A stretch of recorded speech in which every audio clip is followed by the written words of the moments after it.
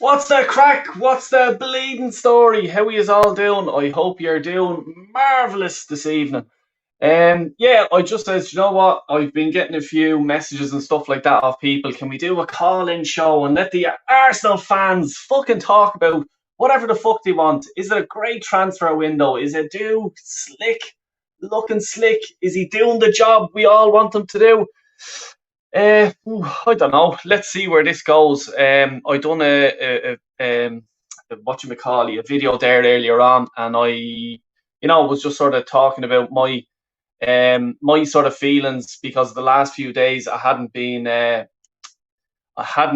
around or doing anything. I've been just busy in work, and I'm just after dropping the link into the description there. So if anyone wants to come on, show your face, don't show your face, do whatever the fuck you want because this is an Arsenal show for Arsenal people. Um, have the beers at the ready, small little beers, the cheap ale yolks, lovely.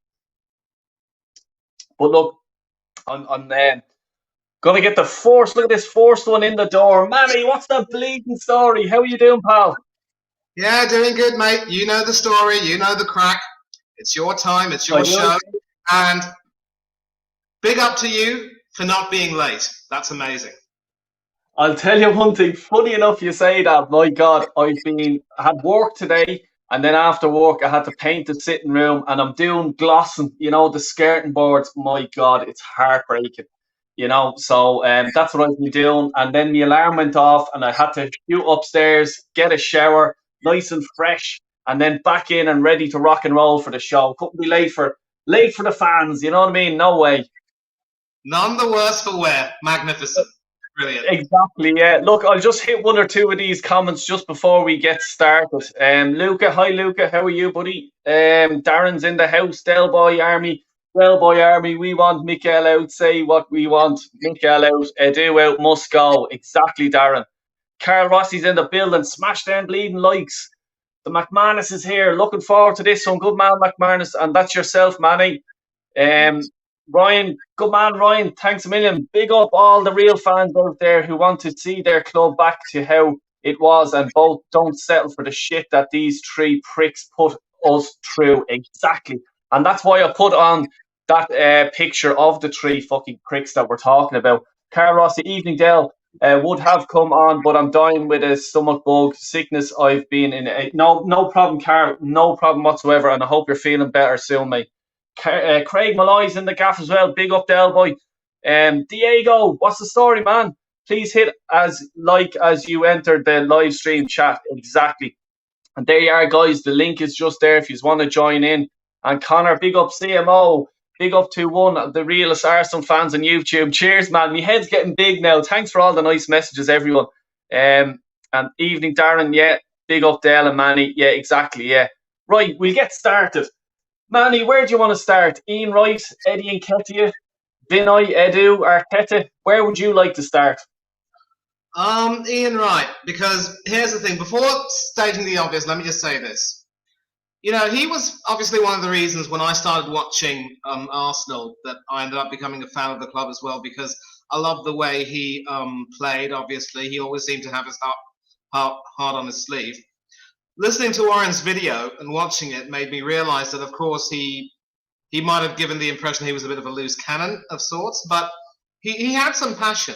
And when you take a look at his upbringing, his history, how close he was to Rocky Rocastle, how they were sort of almost in each other's pockets, if you will, how they had similar life stories, and the values he seemed to share, for him to suddenly, say that was disappointing.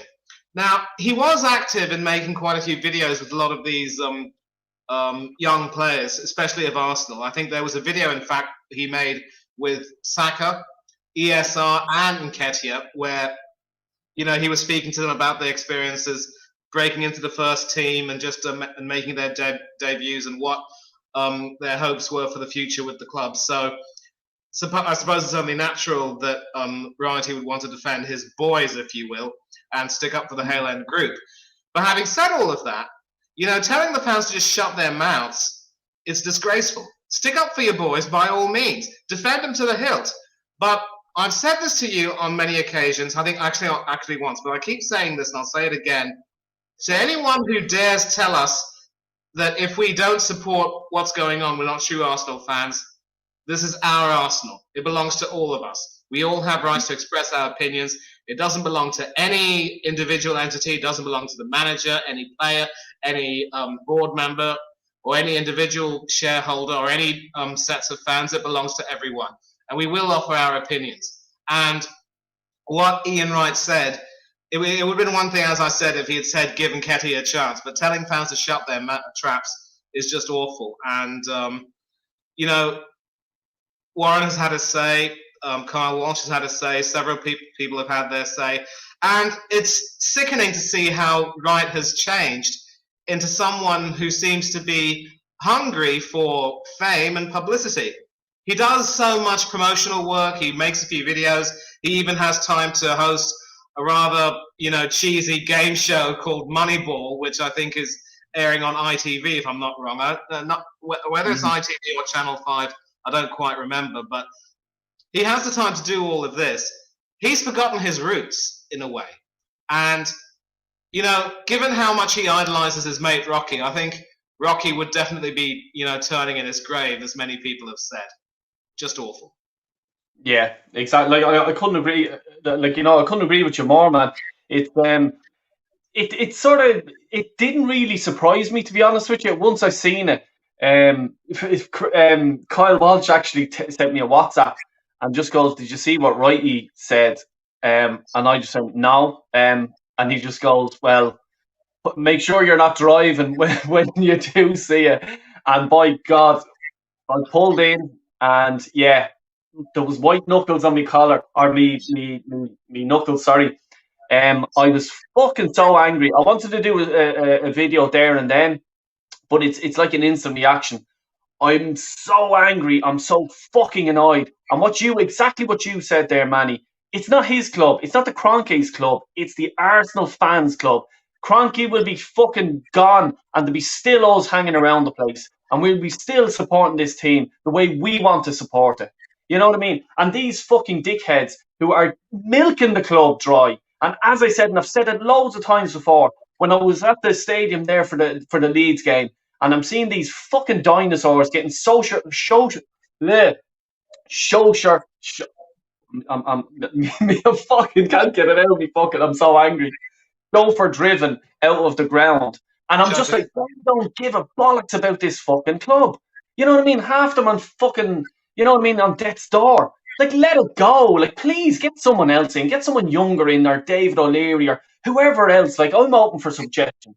You know what I mean? Please do. Like, why would you want this with the club that you're a director of? Why do you want to see this shit fucking happening? They must be getting serious amount of fucking money and thinking, lovely, money, money, money. That's all I think about. I'm sorry. It's not. It's not what I think about. And I don't give a fuck what players are on what money. Once it's fair and it's like, they're deserving of the money. That's fair enough. And then we go to the Eddie fucking Nketiah. 5 million for five. Think about it. He has given 5 million fucking pound into his bank account. There you are, Eddie. Thanks a million. Off with you. We love you, Eddie. As the video I done today, we love you. You're great, Eddie. Like, fuck off. You know what I mean? I'd rather you're a fucking prick, Eddie, but I fucking love you because you're a deadly player. You fucking put your heart, sweat, and blood and tears and everything on the pitch when you're playing for Arsenal. I do not want anything else from you. And plus, I don't want to be hearing on fucking Twitter and fucking Facebook and all this bullshit. Oh, look at me in my new Ferrari, my new shirt. Like, fuck off, I don't care. You know what I mean? AFTV put something out on fucking Twitter there the other day. Ben White getting engaged. I don't give a flying fuck. I really don't. I don't want to see these Arsenal players. You know what I mean? Because none of them are superstars. I was on the show Sam Pugh TV on Monday night, and there was a guy, Paul, big up Paul, that's grand, I'm open for a debate. He was Arteta in, and that's grand. I've no problem with anyone, even tonight, come on, we'll have a debate. I don't mind that. You know what I mean? But, like, don't be giving me all this fucking shit. Oh, they're great players, they deserve this. No, they fucking don't. What did they win this year? I'm talking about win. What did we win? Fucking nothing. They can fuck off. You know what I mean? And yeah, that's the way it is. You know what do you make of the Eddie thing? The contract, it was rolling or was rolling. Was he looking for his big payday? Did he held Arsenal to ransom? And did he deservedly get what you think he deserves to get? You asked me 3 questions, right? Yeah. Yes, and hell no. I hope that's short. Now, as for the long of it, and I'll try not to be too long. Yes, I do believe he obviously wanted more. Maybe because he knew in his heart of hearts he couldn't get a gig anywhere else. As many people have mentioned, he tried to make the grade at Leeds while on loan. He couldn't do that. And, he's been at the club for quite some time. Tried, he's obviously put his heart into, the game whenever he's come on. But his returns haven't really justified that much in terms of faith in him. And he has held the club to ransom in some respects because, it's as if the Hale End guys, the club is sort of pandering to them, but not really doing very much to help them kick on to the next level. It's disgusting. It really is. It's one thing to sort of promote these youngsters as, the next generation, the torchbearers, if you will. They call Saka the star boy and so forth, and now Nketiah is going to be a part of that. But the thing about Saka and Smith Rowe, mind you, is that they've shown potential and they've actually made some more consistent contributions. What's Nketiah done?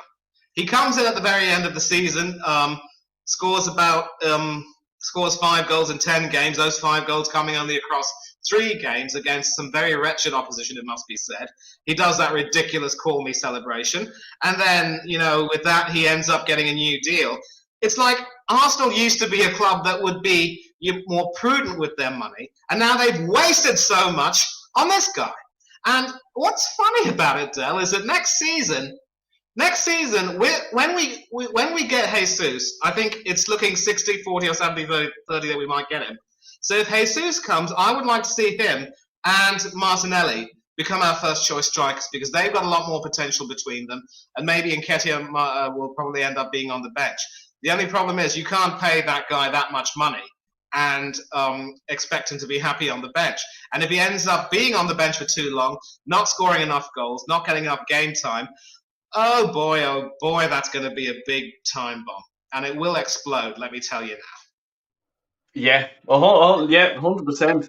It's like, just going back to what you said there about Martinelli, I have a feeling as well, because the Raphinha thing, I was actually listening to Lee Gunner, and he made a great point, about the Raphinha.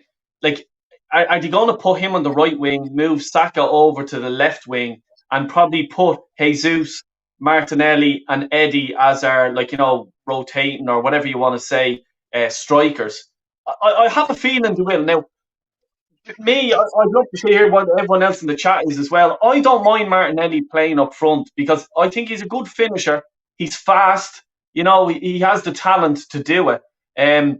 We all remember the whole fucking, we're training him in to do this position and stuff like that, what Arteta was saying. Maybe they're thinking that next year, is that what or this season coming? Hopefully, but what other strikers can Arsenal get? Let's say, for me, Jesus is a good player. Will he get his 15, 20 goals a season? I don't think so. I think he may get max 15 at a push. I don't think he's going to push all the way to up to 20 where we want to be to go and challenge for the title. You know what I mean? But people are fucking settling for this shit. Seriously.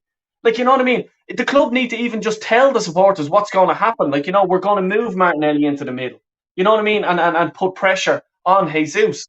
But, are we going to sign him? I personally think myself that he is waiting for a bigger club to come in, a Champions League club, be it Chelsea, be it Spurs. I think he's waiting for that. Because I think he's probably there, yeah, we know Arteta, but I don't give a bollocks about you. I want to play Champions League football. Will Arsenal qualify for Champions League football next year? We don't know. We can't guarantee that. Will Chelsea? Will Spurs? I think that at this minute, they're in a better position to finish in the top 4 to get the Champions League football. Yeah. Do you think it's a dead cert that we are getting Jesus? Or could you see that he is holding out for a bigger club, Champions League, be it? Well, I did say that it was 60-40 that he could be coming to the Arsenal, because another factor, Dale, is that he might want to have some more regular football at another club.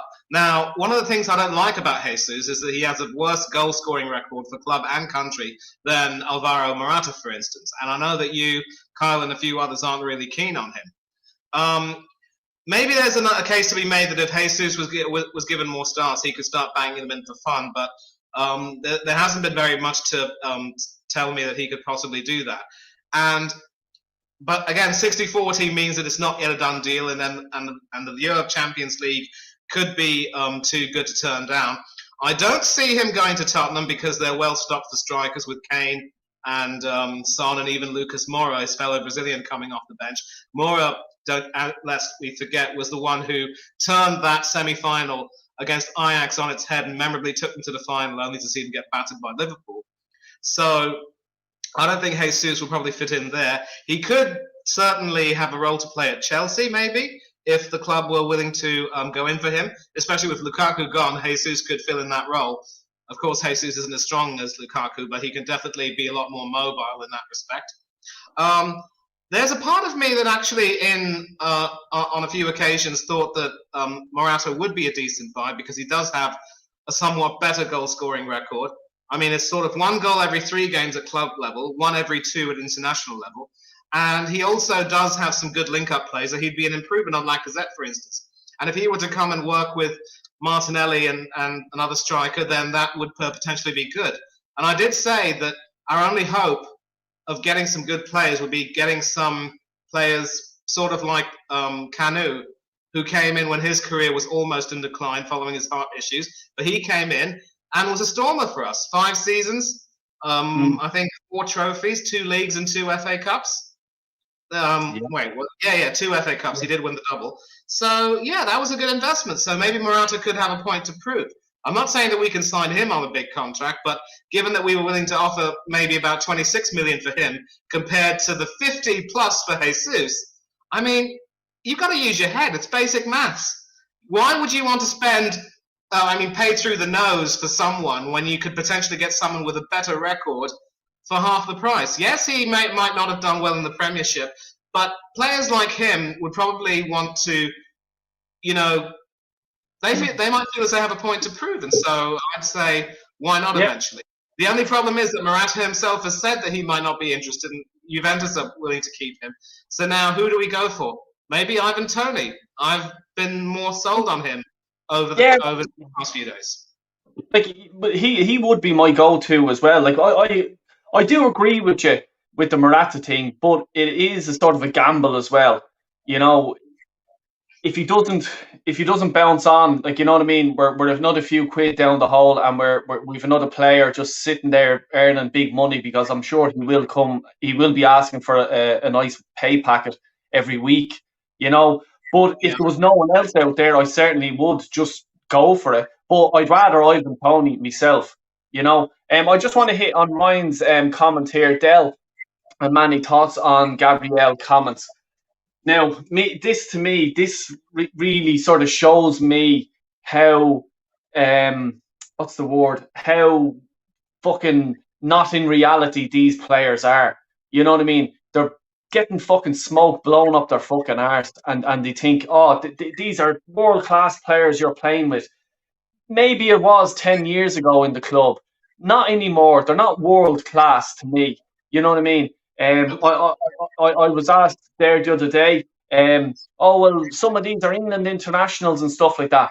And with the greatest respect to England, so fucking what? You know what I mean? Like, England haven't won a World Cup. They're not world champions. So therefore, and as well, they're not regular England internationals. And I'm talking with Ben White, Ramsdale at the moment.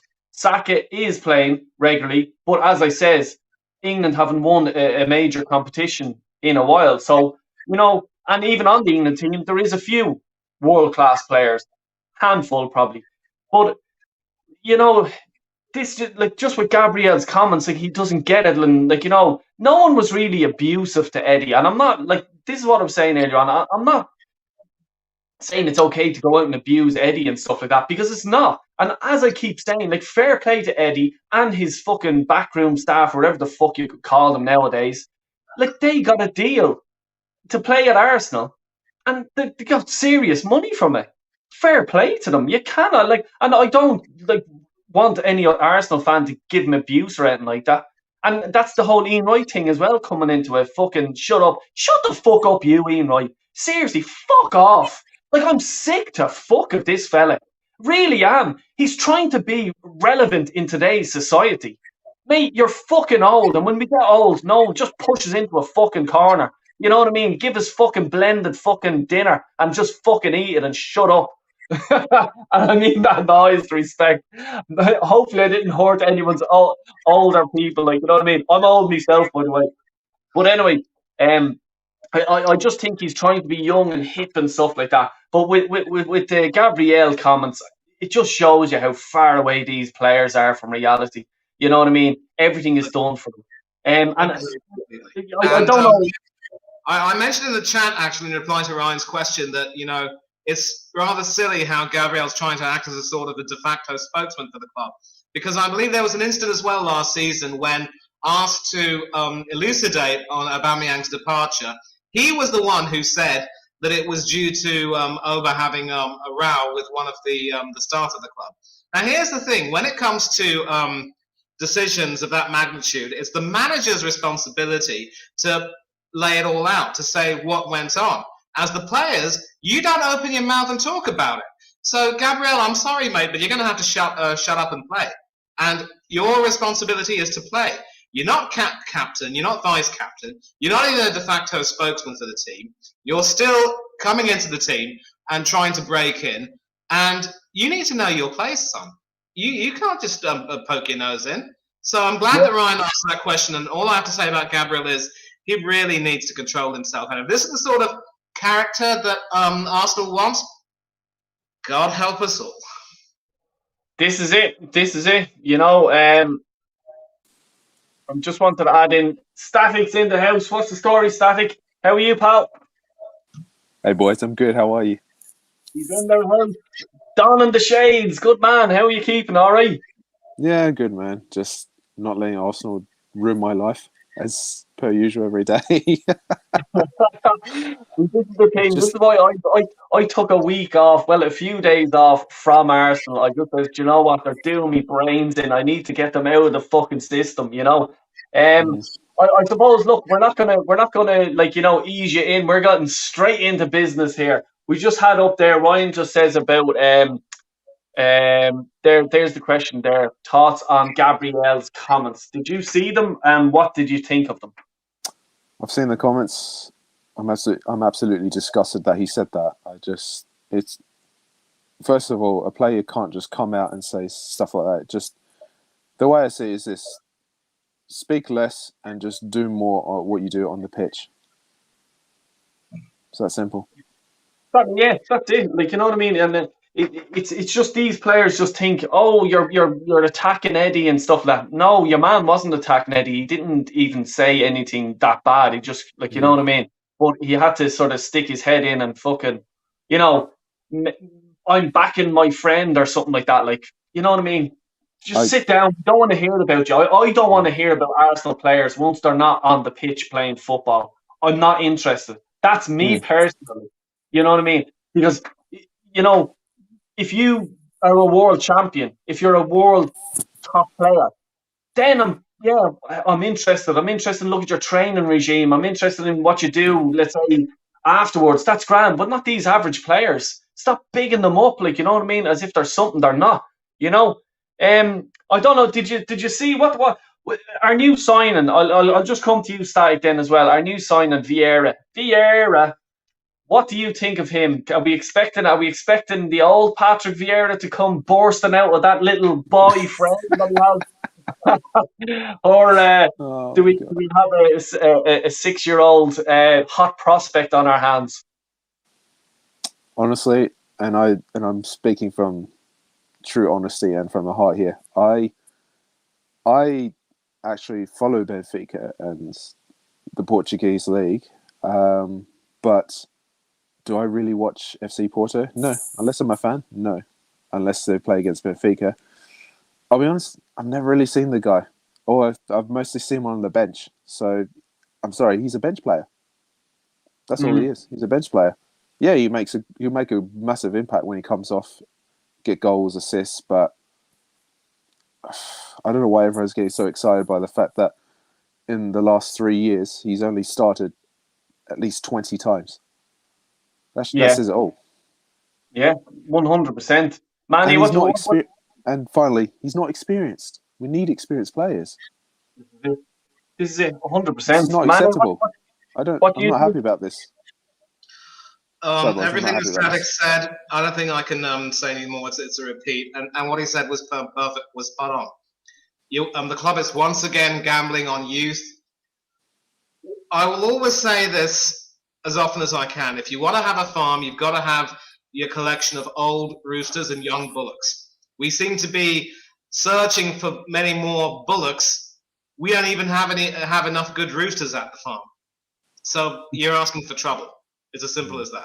And what you said, Static, about him being a bench player, showing out that sort of money for a bench player, maybe Arteta might have a plan for him to sort of ease his way in. I'm not too sure, but listen, I can't really think anything good about Arteta. Sorry to interrupt. Listen, I really hope it works out for us. I really, really do. It's too much for a player that's been on the bench for most of his career at Porto. It's too much, man. It's too much of a gamble, and putting way too much pressure on his young shoulders. So, but look, I hope he proves all of us wrong, and he it works out for us. But like I said, if you're going to pay that much, pay for an experienced player. It's that simple. Exactly. I would rather have got James Maddison, boys. Yeah, same as yourself. But I just think, and I'm gonna say what Kyle said in his video earlier on was about Edu, and this project is fucking really. He is delighted because it's keeping him in a job for about 4 to 5 years without a doubt, and that's because all he has to turn around. It's Project Youth. These boys are not going to start banging and clicking until 3, 4, 5 years time. You know what I mean? He's just going to keep spinning this out and just go, do you know what? I'm in a fucking great job here. I'm on serious wage. Happy fucking days. Love, will you get us another pair of Speedos, will you? Of a new jet ski? Yeah. Will you fucking put petrol in my jet ski, will you? Fuck off. You know what I mean? And on that note, I'll get this fucker in. This more fucking, sex, please. I have a bone to pick with this fella. He was slagging Dublin. Bulldozers here. He was slagging Dublin there a while ago. What are you saying now? What is the fucking story? I'm driving up to your home country there, that boy. I'm heading up to Dublin here, man. Oh shit! I better hide. I'm coming for you, that boy. How is getting on, man? All good, all good. Manny, how are you? Yeah, good. How are you? On the move. Love it. How are you, Bulldozer? I'm just going to pull in here, that boy, for a minute there. I want to let off some steam. Yeah, no problem. Well, here, look, while you're doing that, I'll just read out Martin's comment, and I think it's going to fit nicely into what you think. Why we after Rafinha when CM is weak as piss? I can't stand another season of Xhaka. We should be going all out for Tielemans.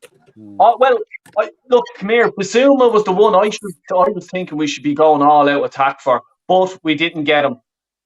Are you pulled in? Are you safe? Can you talk? I'm safe. Let it off. It's coming. I was in the bathtub there about an hour ago, and I made a video, and I'm at the post it up there. So check it out later on when you get a chance. Will do. I've seen it. I've already seen it. The club is a shambles.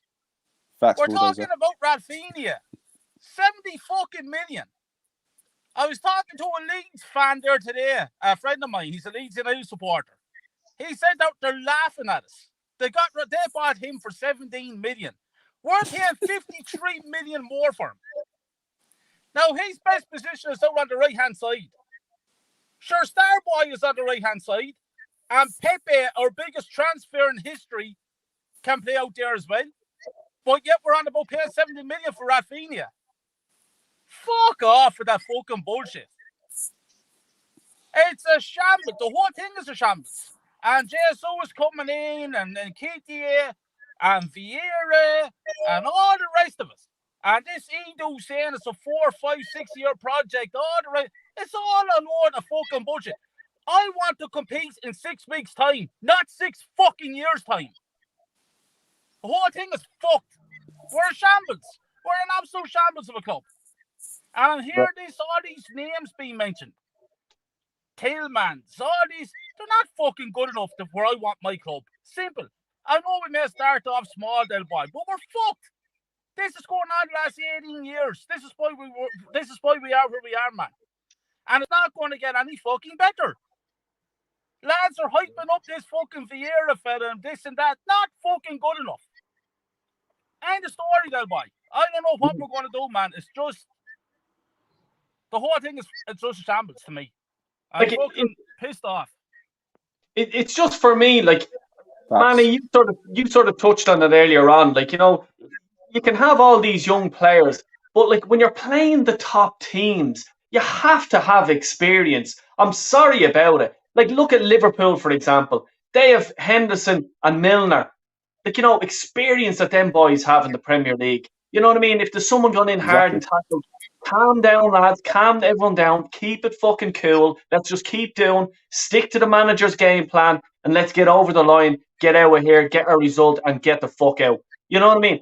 We're running around like headless fucking chickens. And the reason why I'm saying that is because the Leeds game that I was at, we're in the Emirates, and as I say, everyone knows we went 2-0 up. They come back, they're down to 10 men. They come back, they score a goal, and they were the ones looking like they were going to get the result.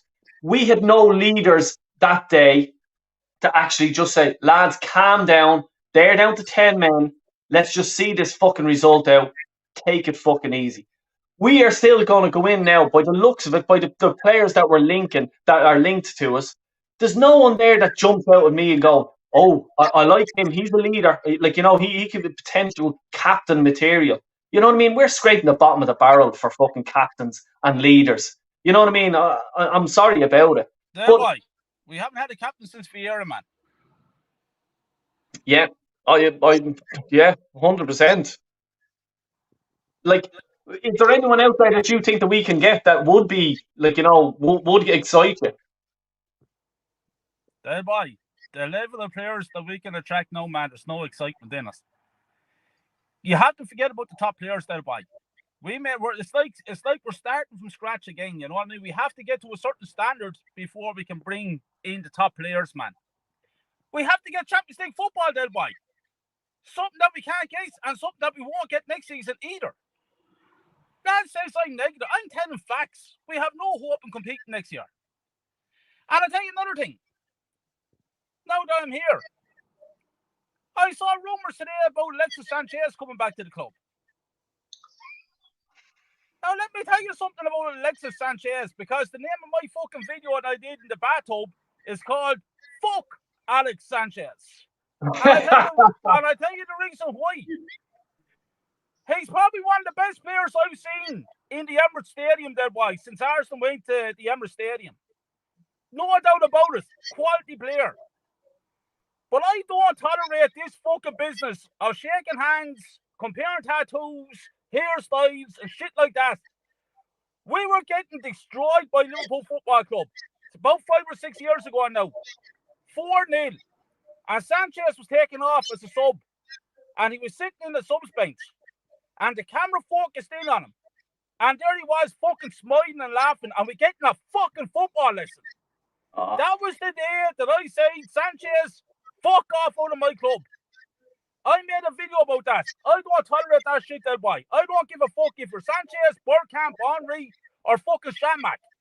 If you fucking laugh and smile and get in bait, you don't fucking belong in my club. It's as simple as that. I want winners. I want fucking my club. I want my standards up here, not down there. Too much to tell boy over throughout the years, man. And that's why your club is where it is. So, I don't want Sanchez coming back to the club. He can fucking stay wherever the fuck he is. Maybe. I don't want Sanchez coming back to the club. He can fucking still remember the fucking. I'll just mute you there for a second, Warren. You have Kyle Walsh in your ear there, fucking screaming and shouting. Warren. Yeah. Can you hear us now, Warren? I can, mate. Yeah. Sorry, there was a bit of a IT issue there for a minute, but it's fine now. No, do you know any fucking video I see that someone comes on, all I can hear in the background is Kyle Walsh screaming and shouting. Every fucking time. Every time. That's all you Every need time. to know. He's obviously watching that fucking clown fraud on Northside. Warren, welcome in and thanks a million for dropping by. Big up, Warren. So, Big love and respect to you, Warren. Just Thanks, since the whole Tillymans thing, it's sort of still a bit slow. Is there anyone that you'd like to get in the centre midfield, or are you happy with Xhaka? Maybe Warren's happy. I don't know. No, he's not. No, I'm not. Before I Here comes answer, Warren. Alex, just something I want to say. I'm sick and tired of seeing these people, fake fucking supporters, the likes of Julian, that idiot that you were on with the other night on that channel was really disrespectful to you. Yeah, I agree. Fucking Ford character. All of them need to get out of the club. They're not interested in following Arsenal Football Club. They know nothing about football. They know nothing about Arsenal. If they're not interested in the club, fuck off. Go and find another club. Go and get another sport. Because they're not doing it because they love Arsenal. They're doing it so they can boost their fucking sodium social media profiles, or there's some other really perverse fucking reason why they're doing it. And I don't even want to go there about that. But to answer your question, you were asking me about Tielemans. Is that right? Yeah. Mate, if we could get him, it'd be a definite upgrade. Right? But I think we need more than just Tielemans. I think we need about 2 or 3 in the midfield. Because I don't think any of them are good enough except for Partey, to be quite honest. But like I've always said, I'd like to see what they're like with a different coach, someone who knows how to coach players. Because Xhaka, though, has proved himself not to be good enough. He's been here with 3 or 4 different managers and not produced. And I think we need to get rid of him. And I think there's something really iffy about that character. I'm not going to bring trouble to your channel to say what it is, but I think there's something really seriously iffy going on with that fella. I really do. Like with the amount of bookings and sending offs that he gets, something's not right there. There really isn't. Well, I suppose something not right there, like the whole, Xhaka thing, with these dodgy bets and stuff like that, we park that there. But what I want to say to Mane, I just want to come back to Mane here. If Xhaka does get his move to Roma, do you think Mourinho can get it too now? What did you say, Dal? If Xhaka moves on to Roma, do you think Mourinho will get him playing better? Here's the thing. I mean, obviously, if Mourinho wanted him, then Mourinho will probably do whatever he can to get the best out of him, and he could definitely play a role. Whether it's better or worse, it's hard to say because he's not really at an age where you can say that he has potential to get better. He should have reached his peak by now. But him leaving would be good for our club. Him leaving would be good for him. The sad part is that he really dashed my hopes because last season I thought he would have turned the corner following his performances at the Euros, but it was back to the same old Xhaka. The more things change, the more they stay the same. Old habits die hard and all that jazz. If Mourinho can take him off our hands, hallelujah. That's all I'll say. Yeah, no, I say it. Do you think do you think that he can even leave? Like, will he be gone? Do you know? Are we going to sell him, or do you think he's staying for another season? Oh goodness gracious! If we can just get rid of him, we could, and we should probably, in hindsight, have gotten rid of him last season. I think there is a part of me that probably believes that, like Nketiah, he might be holding the club to ransom, and he might be wanting to get a little bit more out of the club as much as he can, because, you know, with Aubameyang being sent away, given his P45 for disciplinary reasons, and with Xhaka staying, I mean, it just begs the question, what is going on? And that segues back into what you were saying, sir, about something iffy going on with Xhaka, definitely. And the club might also be involved. But I think Xhaka is probably playing a bit of I don't know, I wouldn't say he's playing a double game of sorts, but he could be trying to get a little bit more, and there might not be any limits as to what he could possibly get while he's still at Arsenal. But if Mourinho can take him again, please, for heaven's sake, get him. Please, do us all a favour, you know, fuck's sake. But Static, you said earlier on that Maddison is like, you know, you like Maddison. I think that we could go in for him again, or were we in for him last summer? I can say for a fact that we definitely were interested in him last season, and he actually wanted to come to Arsenal. What is it with Arsenal that turn down players that want to join Arsenal? I mean, seriously, we've been doing this for the last 10, 20 plus years. You know, even Bissouma, you only have to look at Bissouma. The last 2.5 years he wanted to come to Arsenal, but obviously, apparently, Arteta didn't want him. What? Arteta didn't want Bissouma? You must be kidding. It's just, but I want to respond to what Manny said about Xhaka. Roma have signed Matic from Man United on a free transfer, so it's looking more and more unlikely that he's going to go to Roma now. I hope Mourinho comes and takes him. I really do, and I personally think he will improve him, because I know for a fact, and I do watch the Italian league, I know for a fact that a lot of players in Switzerland play in Italy, and they seem to really enjoy that league. So Xhaka would be perfect in Italy, whether it's Roma or someone else. Yeah, I think it would suit him. I think Mourinho's style of play would suit him. You know, so I think that's Mourinho, please. Yeah, this is the thing. Please do.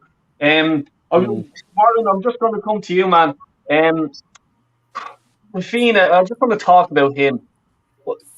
Why are we in for him when he plays on the right side of midfield and we have Saka there, you know, and he's the be-all and end-all world superstar player that we have? Do you think there's going to be a change around of position? Could he move him over to the left side of midfield and put Raphinha in? Or what are you thinking? What's your thoughts on it? I think that Saka might get shifted over to the left-hand side. And I think they're getting Raphinha because they want to get Pepe out. Yeah, it's very clear. He wants to leave as well. I don't know. Our transfer business is a bit bizarre because we keep going for players that we don't really need. You know, we need a backup left back. We need another goalkeeper. We need a defensive midfield player. And we need a striker. And we haven't been in, for as far as I can see, we haven't been linked to anyone in that position. So what the fuck's going on? You know, we've seen Bissouma go to Spurs. All right, Xhaka isn't a defensive midfield player. And neither is Partey. They're not. Partey can do the job because he's physically strong, but he's not a defensive midfield player. Right? So I just do not understand our business. And Raphinha, is he any good? I mean, seriously. Do you know what I mean? He's playing the side that nearly got relegated last season. You know, and would Liverpool or Man City be in for him? I don't think they would. And I'm concerned about what's going on with Saka. What's going on with his contract? Has he signed it, or is it still sitting there gathering dust? He hasn't signed it yet, apparently. And are Liverpool going to come in for him? Are they going to come in for Martinelli as well? Because I know Klopp likes Martinelli. Yep, 100%. It's like to me, like I just in about 2 years' time, it'll be like I told you so, because I think in about 2 years' time, I can't see Saka and I can't see Martinelli at the club. In about 2 or 3 years' time, I just think that they'll be now saying, like, let's say they'll probably say, even Saka, I think they'll have a good season this season, and then they'll be just right. Now it's time to move. Especially Saka. He'll say, right, time's up. I'm out of here. I'm off to City, Liverpool, whoever. I want to play. I want to compete for titles. I want to go for Champions League. Van Persie done it when he was in his last year of his contract, or 2 years of his contract it was, and he said, yeah, I'm off to Man United, even though I'm an Arsenal fan, which is bullshit, as in, like, you know what I mean? Just because you support a club does not mean you're going to spend your career at it or anything like that. Now, look, Adams and stuff like that was back in the day or whatever, like, but nowadays I'm talking about, football has moved on a bit. Money talks for me 110%. It doesn't matter, who you support. You'll go to your enemy if they pay you, and these football fans are mercenaries. Go ahead, man. I was just sorry to interrupt. I was just going to say, to be fair to Van Persie, at least he did come out and say he left Arsenal because he asked where the direction they are going. Are they going to be competing for league titles? Are they going to be winning a league title again? He obviously wanted that, but Arsenal obviously said to him, no, they're not. And he said, well, I'm going to go and win a league title elsewhere if I can. And I don't blame him, because he was 29 at the time. It's like, it's just like, do I need to wait another year? Recently, that they wanted to sell him, and the same happened with Adebayor. Yeah, he didn't want to go. Adebayor didn't want to go. He refused to go because he said he was happy at Arsenal. He wants to, yeah, he wants to continue progressing at Arsenal. He actually wanted to win a league title with Arsenal, but obviously. No, Wenger's like, no, we need the money. I was like, do we? Do we need the money? Yeah. I mean, we're already paying off the stadium every year for qualifying for the Champions League. At least £20 million per year. Even at the time, like, you know what I mean? It was a fucking disgrace that, like, he obviously went into Arsene Wenger or whoever he went at the club, and he says, are we going to compete for the league? Because I want to win the league. Yep, Van Persie said the same thing. Yeah, exactly. This is what I'm saying. You know what I mean? And they were probably told, he was probably told, what players are we going to sign this summer?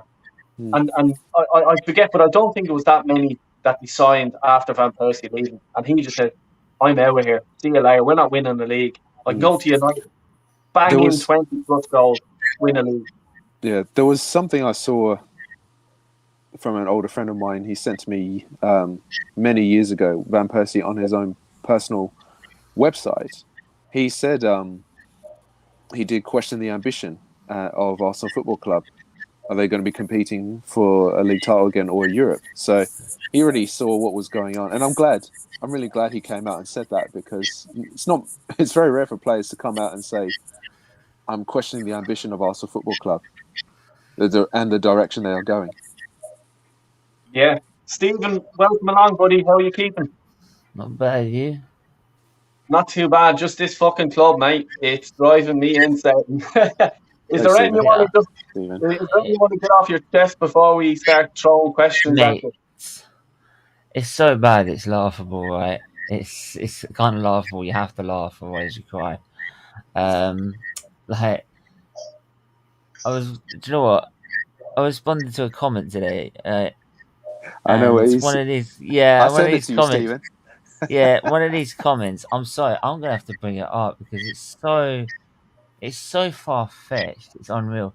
Watch He's out, saying, boy. I don't want to hear any abuse about Edu, Arteta, Kroenke, right? Oh, they know what the club is at heart. They've got the right mentality. Arteta's got a winning because he knows he's got a winning culture behind him. That's why they employed him. So like, trust the process.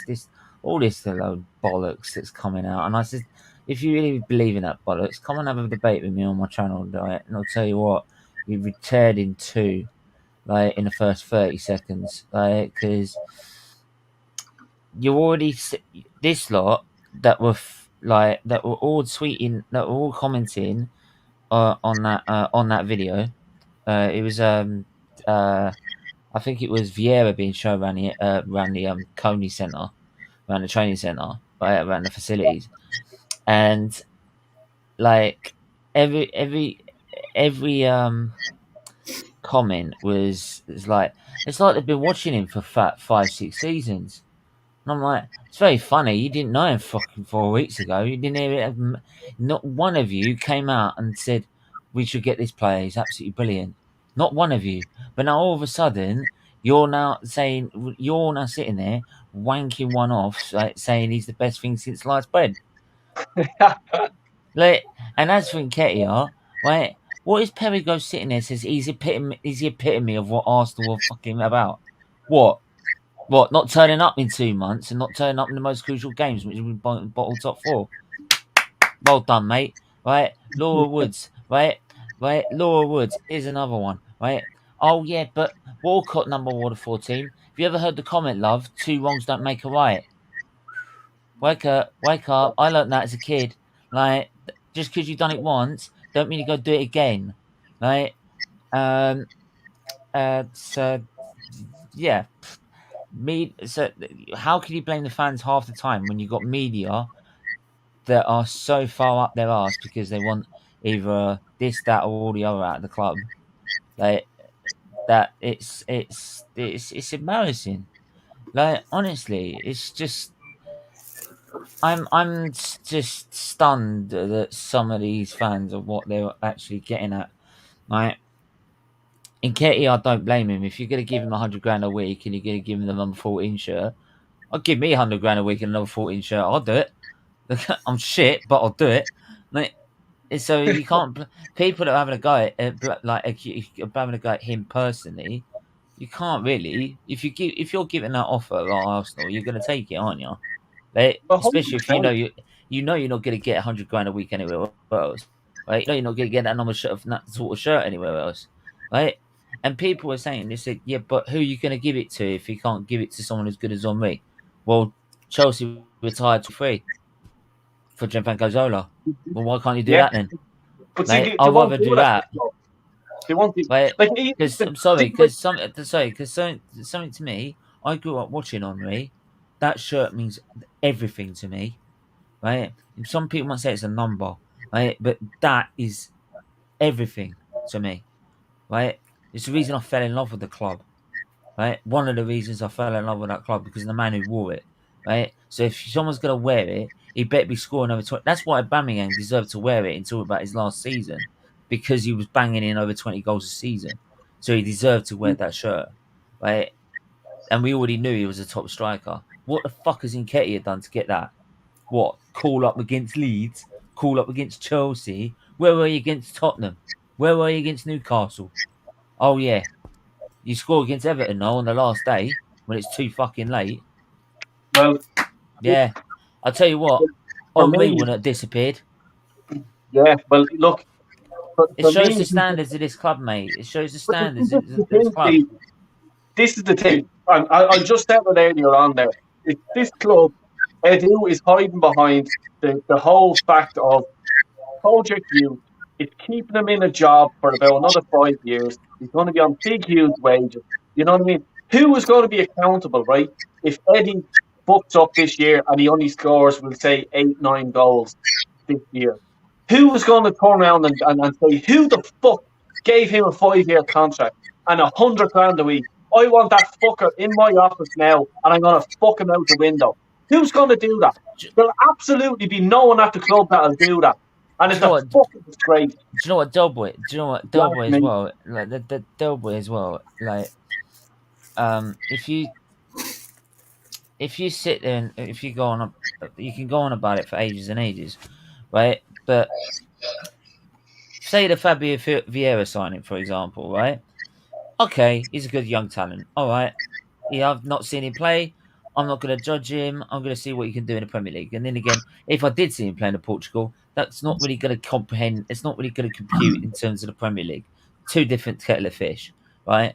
Especially for a young player. So I'm just going to let him do what he's got to do. But apparently saying he's very good. So there you go. Right. So we still need experience. He's 22. We still need experience in that squad. We need any Premier League experienced player. Whether it's Rafinha, whether it's Tielemans, whether it's Bob, Dick or Harry, we need someone in that's got Premier League experience. Because the only Premier League experienced player we've got is fucking Xhaka. And he's a fucking liability. As usual. Right? El Nini is a 7 out of 10 player. Tops. Right? You know that's all you get out of him. Right? I'm sorry. That's why he's good as a last resort. So yeah, I mean, but the Fabio Vieira thing, for me, it's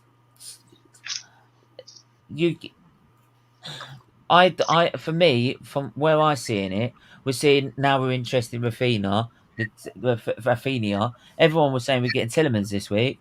Now all of a sudden we're no longer interested in him. We're interested in Rafinha. I'm telling you now, mate, this is all smokescreen. They're going to keep carrying on to this until the last day of the window. Then probably might even buy some cheap freaking guy that's never going to be used for about 10 mil, right? And they'll say, oh, we got enough. We bought Vieira. I'm telling you now. They are going to say Vieira's all we need. I'm telling you now. Yeah, it won't fucking surprise me.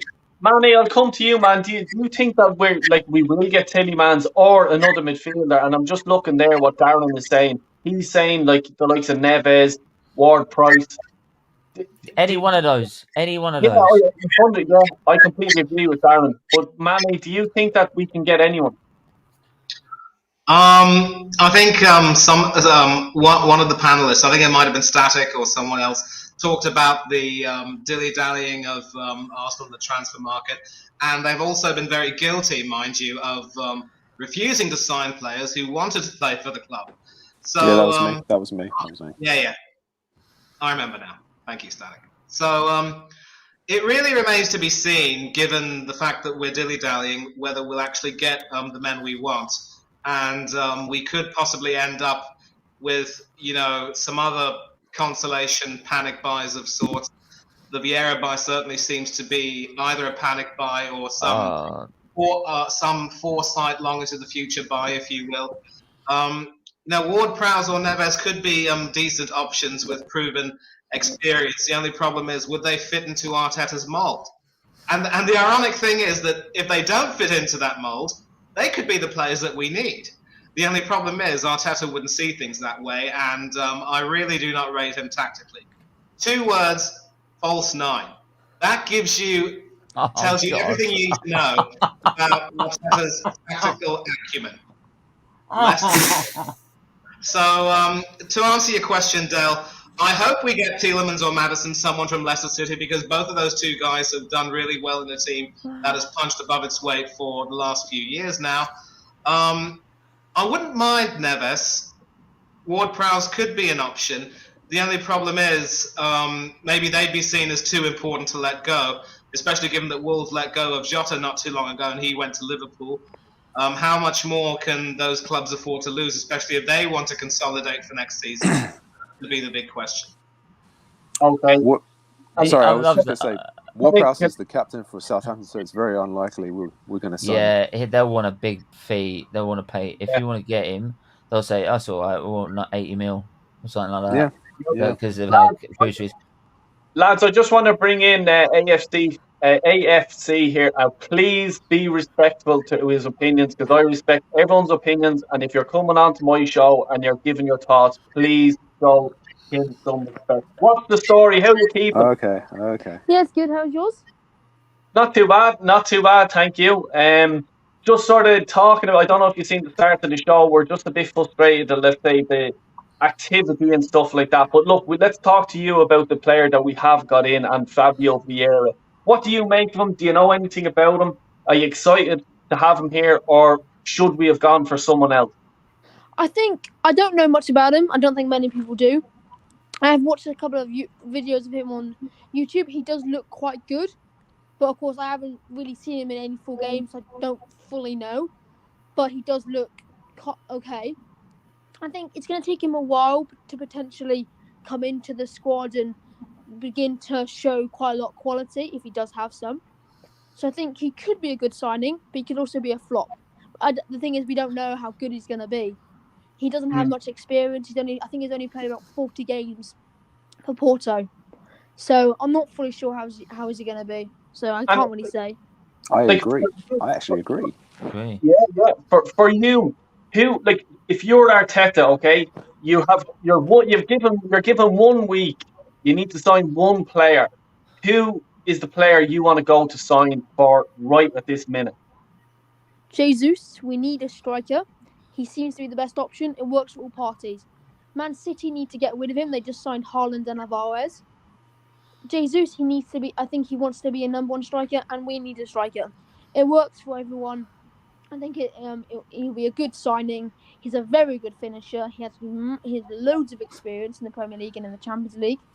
So I think he's going to be a good signing, and he should be able to do well.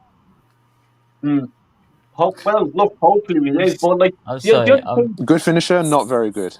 Can I just put a comment in as well? Is that if we get Jesus, we've basically we've gone from number 14 from being our main target man with Henry to being on the bench with Nketiah. For fuck's sake!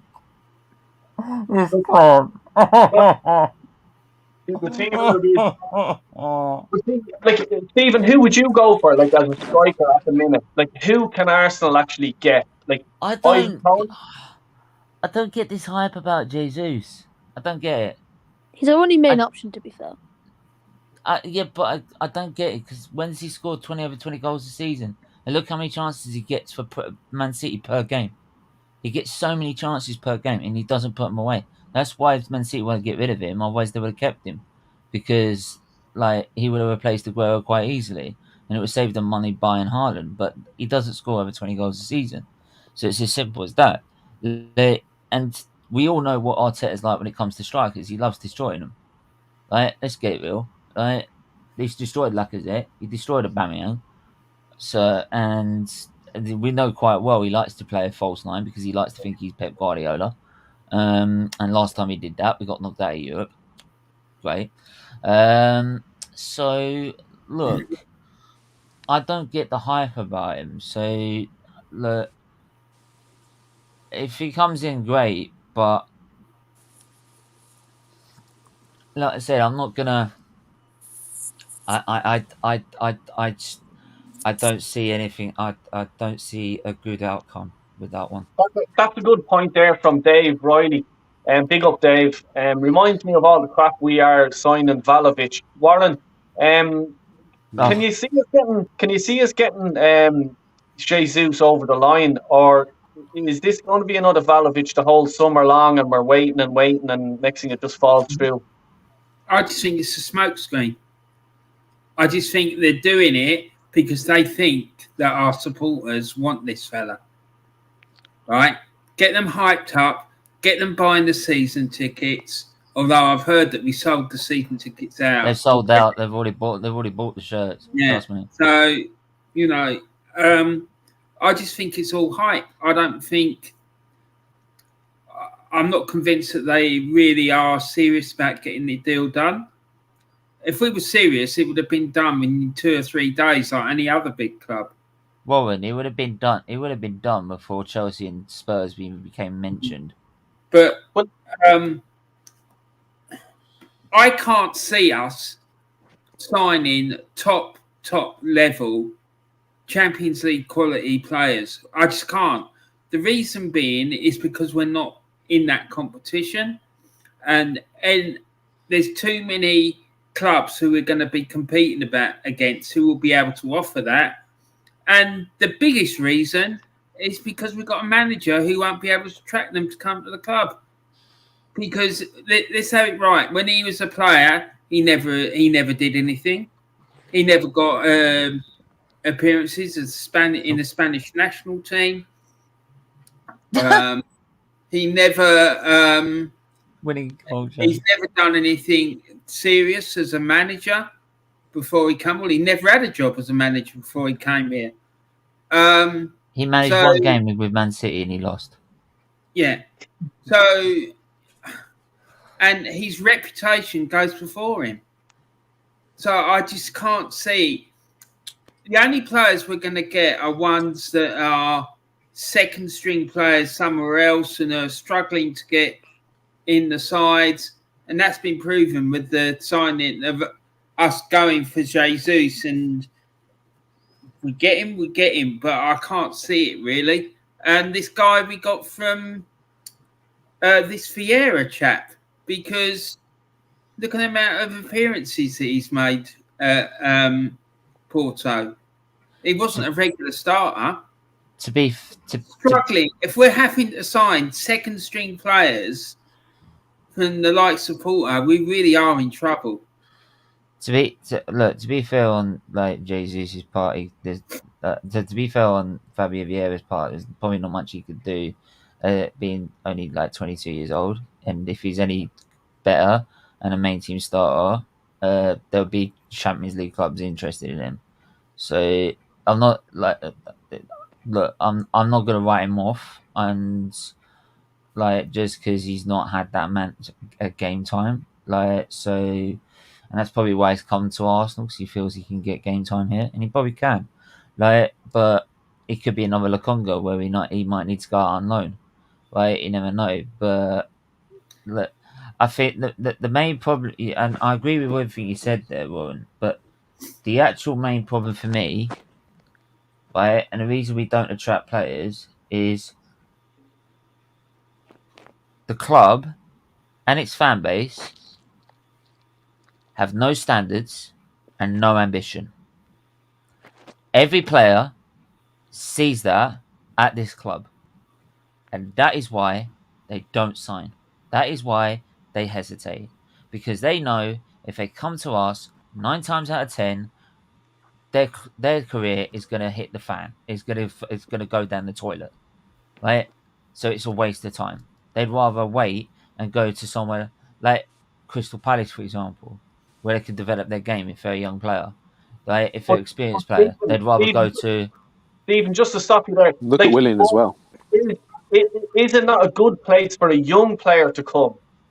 Who?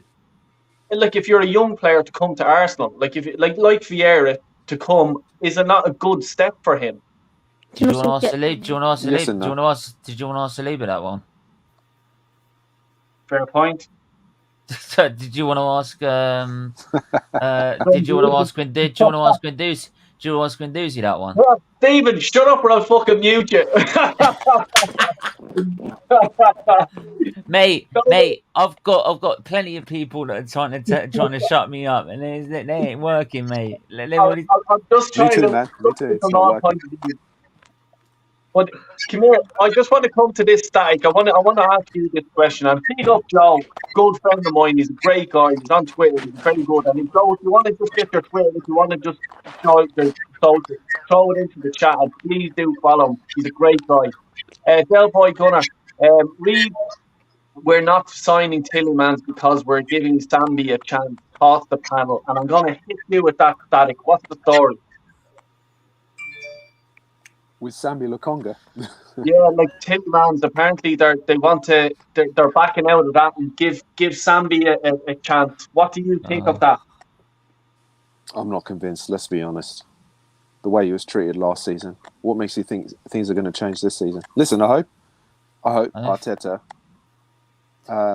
finally earns his money and starts him every week. But let's be honest, I just can't see it happening. I really can't. I'm sure he'll get some games, but I think he might get a few more games. But to be honest, I really can't. I'm not convinced, man. I'm sorry. Prove me wrong, Arteta. Prove me wrong. Stephen, are you there? Yeah. I mean, first of all, to your question, because there's something I want to put out in the chat as well. First of all, to your question, if we're gonna rely on like Sambi the Conga to help us out this season, we're fucked. Mm-hmm. I'm sorry, I'm not saying that the Conga's not that is shit. It's just not He's ready decent. yet. He's decent. He's not ready yet though. He's not Premier League He's not Premier League ready yet. You need to Right? put it on loan. That's why.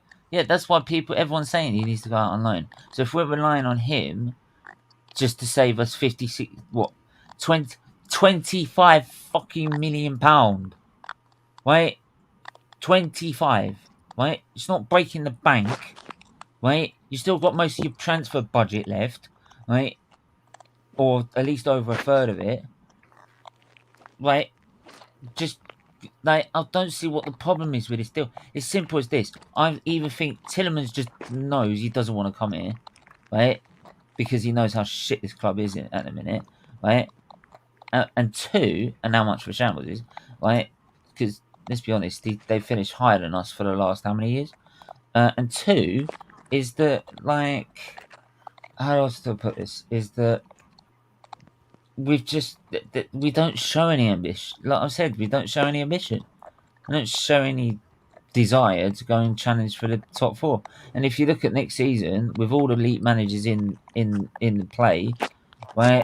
I don't see us getting even near top four. I'd be lucky to get top six where we're going. We To might be be allowed honest, to and top four season. but I want to respond to someone said in the chat, because someone said in the chat, how are the fans getting away? How are these guys getting away with it? Like in their do Arteta and Conky and that. Simple as this. It's like I said, that guy at the start, right? That made that comment on their vid, right? And if you go on their video about signing Vieira interview on Arsenal.com, on the Arsenal YouTube channel, if you check out their video, right, and all the ones under it. Right. Sorry. If you check them all these comments, I'm the only one that's probably got a serious blooming comment on there, because everyone's going like, it's the second coming of Vieira, right? It's this, it's that, it's this, all the other. Edu's a frigging Don, like he's this, he's that, and all the other. And I'm like, and that is why they get away with it, because them lot have got no standards, I've got no ambition, I've got no desire to want anything from out of this club, and they call me negative and deluded because I want to win. Well, look, We need to stop overhyping players, Stanley. boys. We need to stop overhyping these young players. Like Sorry, go people on, saying, go on. I think that comment that guy made that I mentioned right at the start. He also sent said, you. like these people, these people that he said these people that want success straight away talk too much. Well, I'm sorry. When I see Conte go to Chelsea or Inter Milan and win it in 2 seasons, and with Chelsea in 1 season, right, after getting battered 3-0, and he adjusts his formation and goes and wins the league, right? Right, and Pep in 2 seasons. Wenger also did it in 2 seasons. You may not know this, but you all like to think that Arteta is better than Wenger, for fuck's sake, right? Yeah. The way some of you go about. So if he's that bloody good, then why hasn't he done it in 2 seasons? Oh, nobody needs 4 years. Bullshit, right? Bullshit. Well, Bullshit. right, I'm gonna go to. I want to just ask Manny this and Warren. How many more players do Arsenal need, realistically, in this window? Can I answer that as well? Yeah. Yeah, Static, you go first. Later. Whole squad. Well, we need 7 more players. Let's be honest. We need 7 more players. I'm sorry. This squad we have, it's not, as what Carl loves to say, it's not good enough. It's not good enough. This is not Static, acceptable. can I just do what they did at the Wall Street crash, which is just jump from a high level building? Because we ain't getting it, so I'm just gonna jump off this building, and give up, because that's never happening. Yeah, I know. But like I said, if we want to move forward as a football club, we need 7 new players. I'm sorry, but realistically, we're probably going to end up with just 3 or 4 more players, which is not acceptable at all. If we're lucky. If we Not can happy get, about if we this. can get, if we can get 5, that would be, I suppose a moderate success. But as you said, Static, we might need 7, and especially, never mind the midfield. we definitely need to shore up the defense because I have no faith in Ben White or even Gabriel, for example. Bale White. He's been, mouthing off a great deal, and we've been speaking about this earlier on before you joined in, Stephen. And Static has had his opinions too. That boy really needs to shut his trap and play. And if he doesn't focus, then his position could be under threat. So do you know? I left him out last time, but the one thing I say to Gabriel is that you're doing very well at the minute. You're playing very decently, and you're probably our best defender right now. I would shut your fucking mouth. Right? I agree. Very quickly. Unless you want the whole of Arsenal to come down on your ass, or the real fans, that is, I'd shut your fucking trap right now. Like, and we all know, and as for friggin' Righty, well, like, he loves to say that I'm cronky out, but I'll twerk for every pound note they want to give me.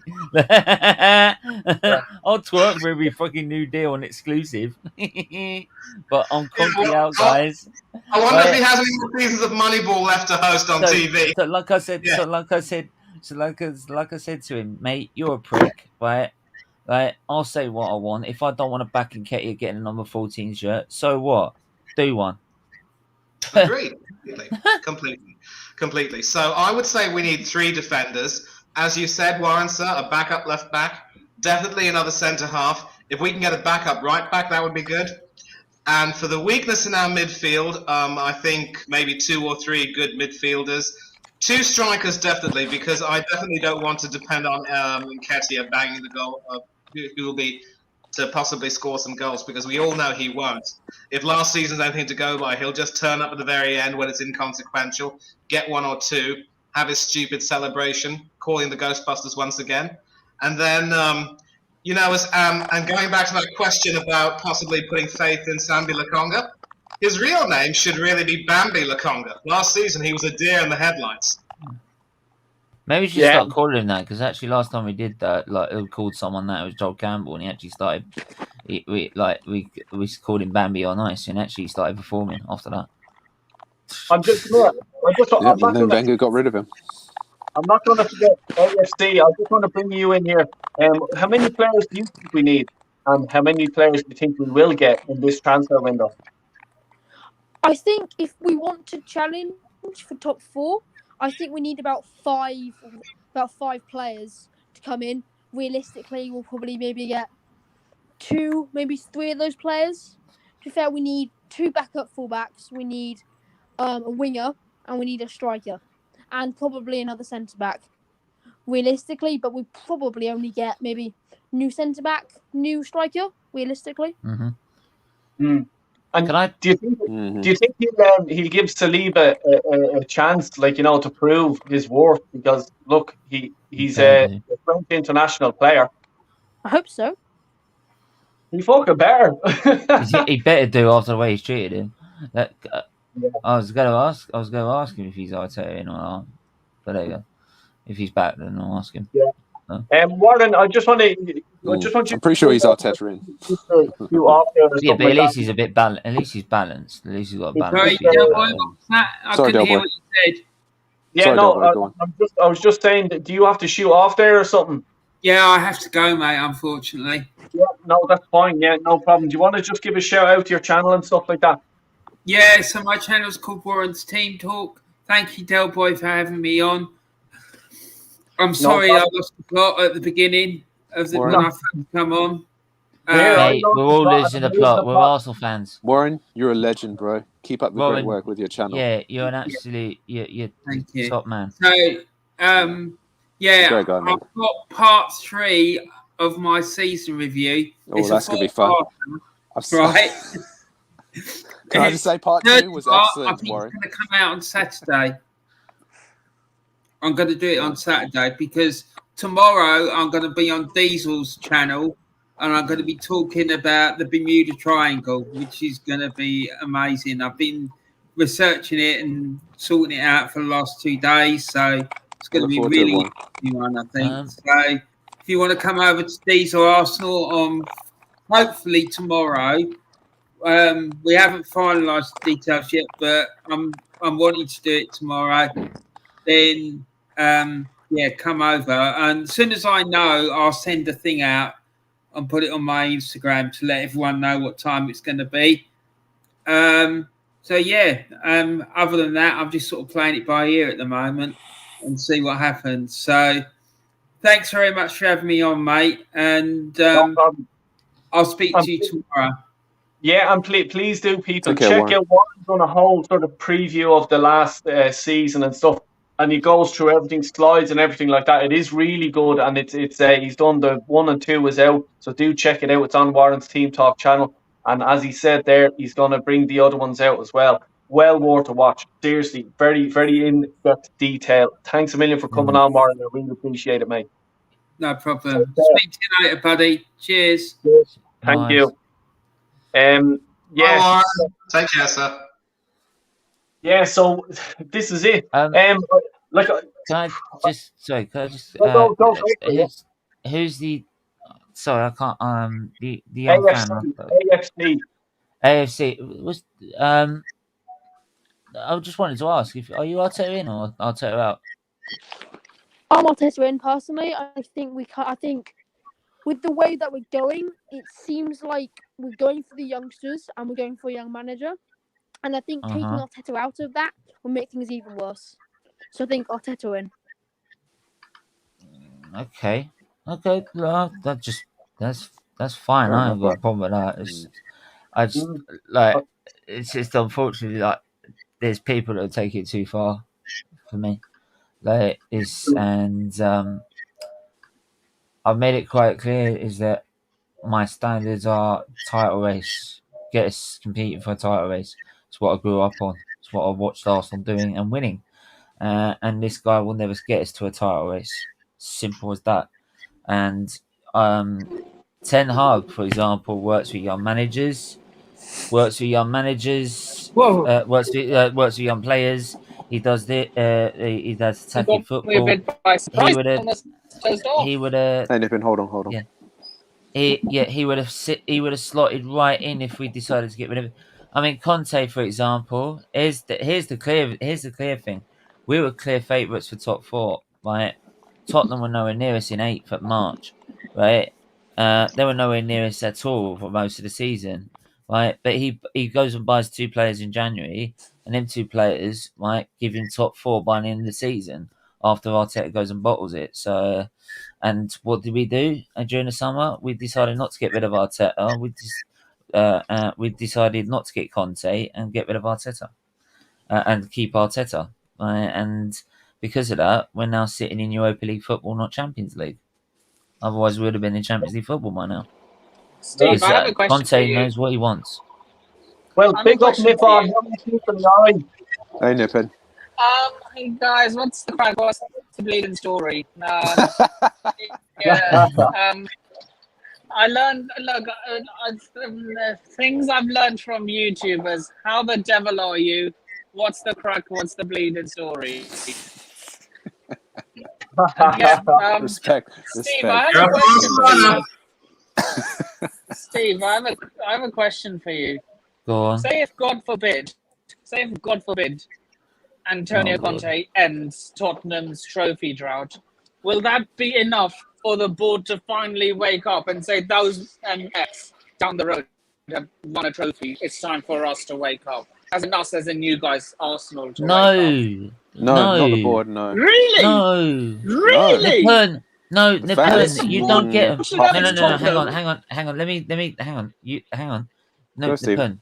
This is what you don't understand about our board. They don't care about Arsenal, Tottenham. They don't care about Man United. They don't care about the league. They don't care about anything. All they care about is that. That's all they care about. That's all they care. They don't care. They didn't care.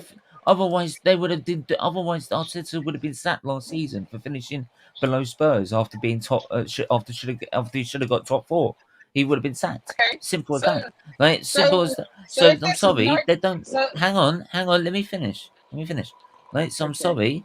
Like they do not care about whether Spurs finish ahead of us or below us. They don't care about that at all. Otherwise, they would have invested in this club so much more than what they've been doing. Right? All they care about is making sure the club sells out their tickets. Right? every season, and try and make sure that at least 100% of this fan base worldwide, which is about 37 million people, right, to at least try and buy at least one shirt, right, like the new shirt every bloody season, which if 100% of the people did, would be £2.5 billion, right, per season. That's what they try and do, right? As long as they're doing that, they don't give a fuck. They don't give a fuck about us, right? They don't give a fuck about what's going on. Simple as that. Okay, So basically, they don't matter. Steve, since you're a diehard Gooner, say if you were the head of directors at Arsenal right now, and say if in few seasons, like say if Tottenham and their trophy, I wouldn't have this Arsenal. season, which No, I doubt but I they wouldn't. will. What would you? What would you say to those? Nipun, hold Yeah. on a minute. Right, if I was head of director of Arsenal Football Club, Tottenham wouldn't have freaking Conte. Hold He'd on, be come at here. Arsenal. Hold on, I just want to go We'd be back competing to- for the league by now because I would have Hold on. fucking chucked so much money at it. Stephen, I just want to rewind back there. You said there's what 44 million Arsenal supporters in the world. 37 million, approximately. Fucking hell! Well, half of the bastards bleeding subscribe to my channel for fuck's sake. And Del Boy, if 100% of all 100% of them bought, every one of them bought one new Arsenal shirt. Not all of the new Arsenal shirts, not the away kit or the third kit, just one of them.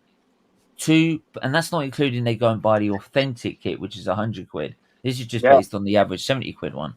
£2.59 billion the club makes, right? And that's just on that shirt. Don't forget, right? I've also worked out we on average make about 5 kits during the season.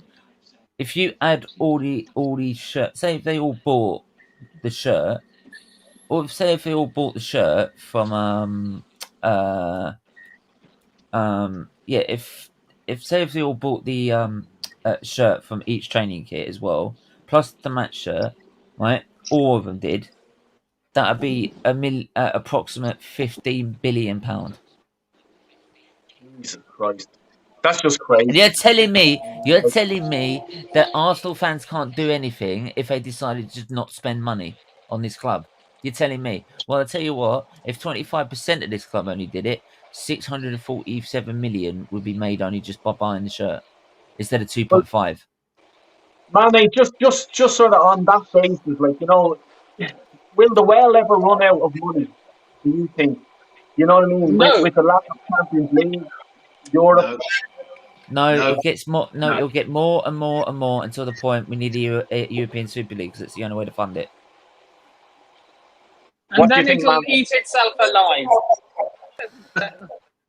Yeah. So you're asking me if the club will ever run out of money? I don't think so, because as Stephen said, we have cash. You know, if people were to start, you know, coming to their senses and deciding that it isn't really worth putting their money in an enterprise which isn't really producing the goods, it's a little bit like the stock market. You invest in a blue chip stock. If it doesn't give you the returns you want, you stop investing. You sell your stake in it. It's as simple as that. And yet, I just don't see a large number of the fan base of fans having the gumption to do any of that. So I don't believe that the club will run out of money anytime soon. Manny, what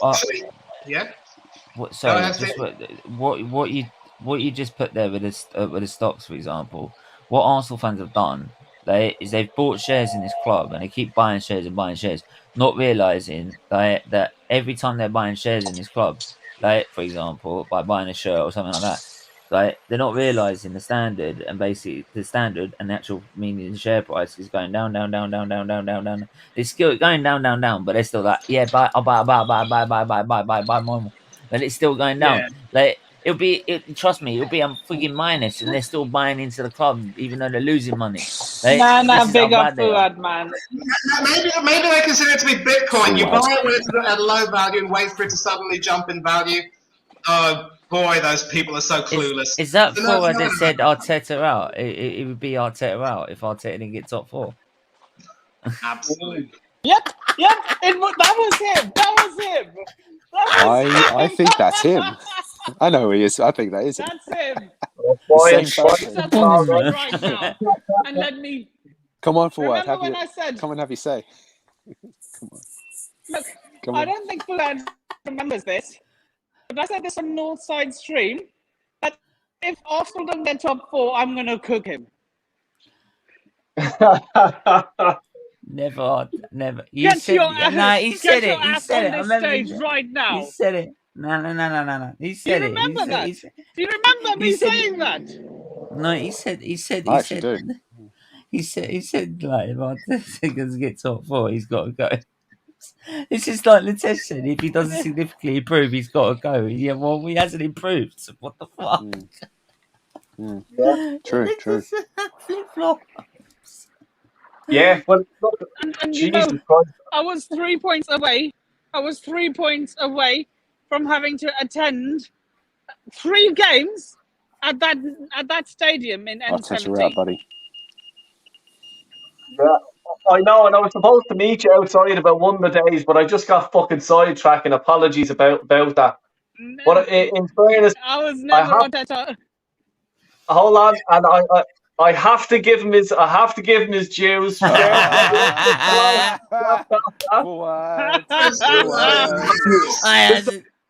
I don't touch. Fuad. At least you showed your face. Right, lad. What happened to top 4?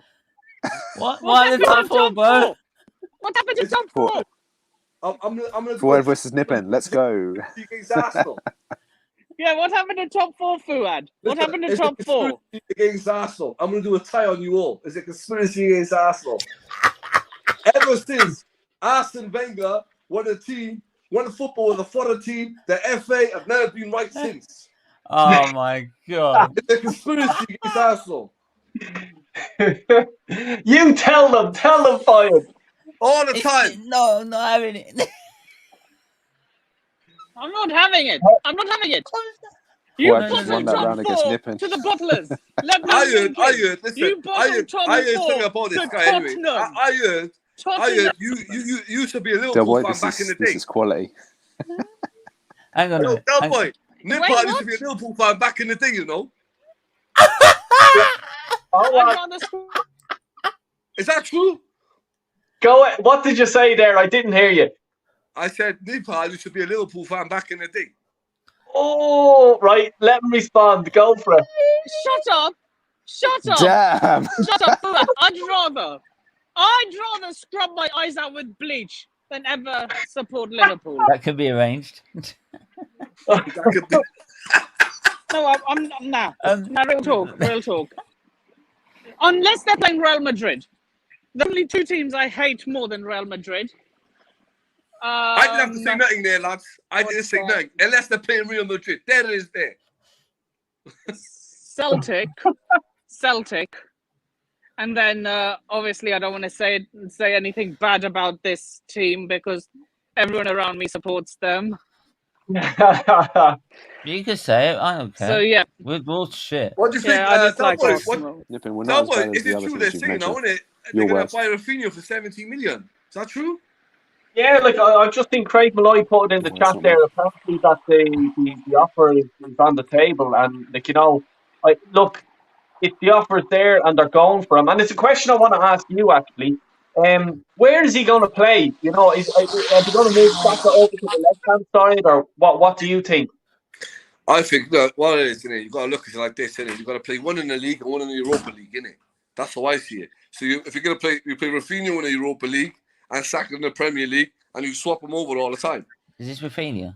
This is. You know, Yeah.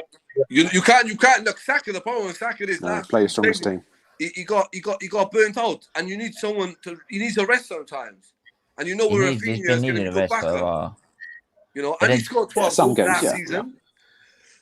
He scored 12 goals last season, so you know this season for Arsenal, he just scored more than 12 goals with our midfield anyway. This is, by the way, if we get Rafinha. People are saying, no, it's 70 million down already. You know?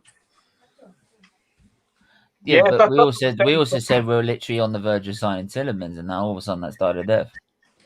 I just got a sneaky feeling that they're saying that, Imagine. hang on, I've got a sneaky feeling that they're going to do what Arsenal usually do, which is, oh, we got Vieira, so we're all right. That's what they did last season. Exactly. You know, this is what Exactly what they did this last is season. Arsenal fans in a nutshell. This is both Arsenal and Man United fans in a nutshell. Like they go after a player close to a done deal. No, They don't get Nicholas. said player. We didn't want him anyway. Can I ask you a question? That's a good point. He's got a point. What? You're in the same boat. Is that you, mate? How you lose? Yeah, we're in the How same you- boat. That's that? actually true for what. What's that, bro? That's true.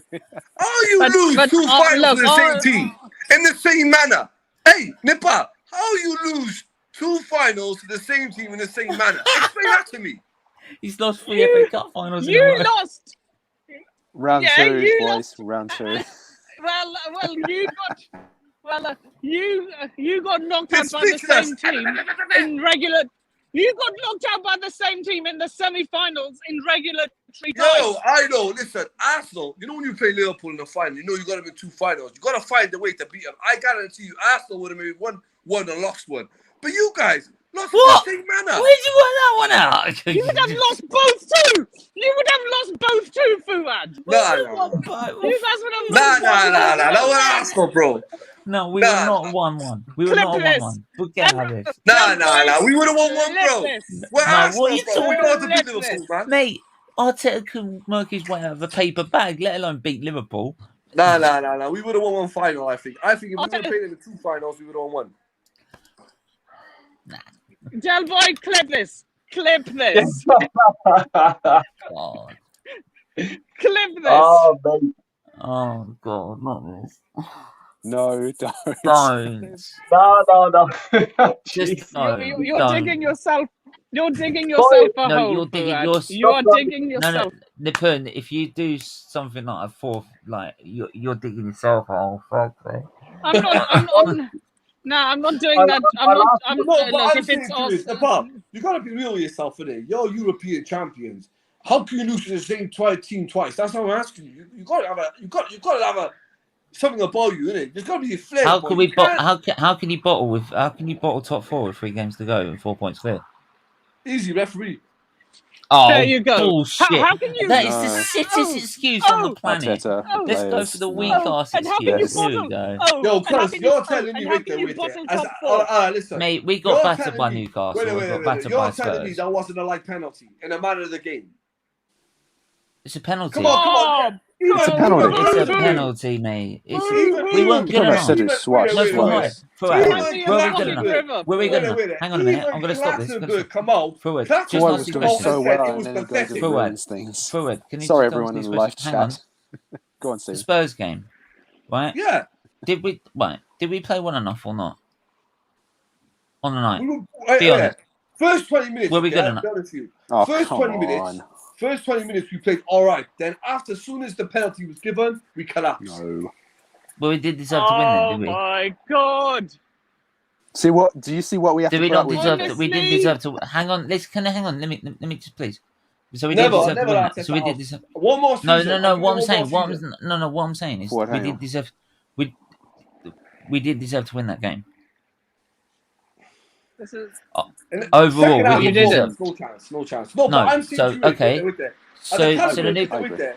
But you got to be honest with yourself as an Arsenal fan. Even an ex-referee come out in Clattenburg, who left the Premier League because he was the worst referees in the world, come out and said, in the caliber of the game, that is a pathetic decision. Yeah, but still, look, but still, because of we the should have agenda, had. because but of still- the agendas. See, this is when the agenda kicks in. Because you know, I want to be right to prove Arteta wrong. Come on, bro, be a real Arsenal fan. Sometimes you got to No, be honest with yourself, man. But Hey, even then- hey! No, hang on a minute. Fuad, hang on a I'm not minute. having no, this. no, no, I'm not no, having but- this. but to be honest, though, right?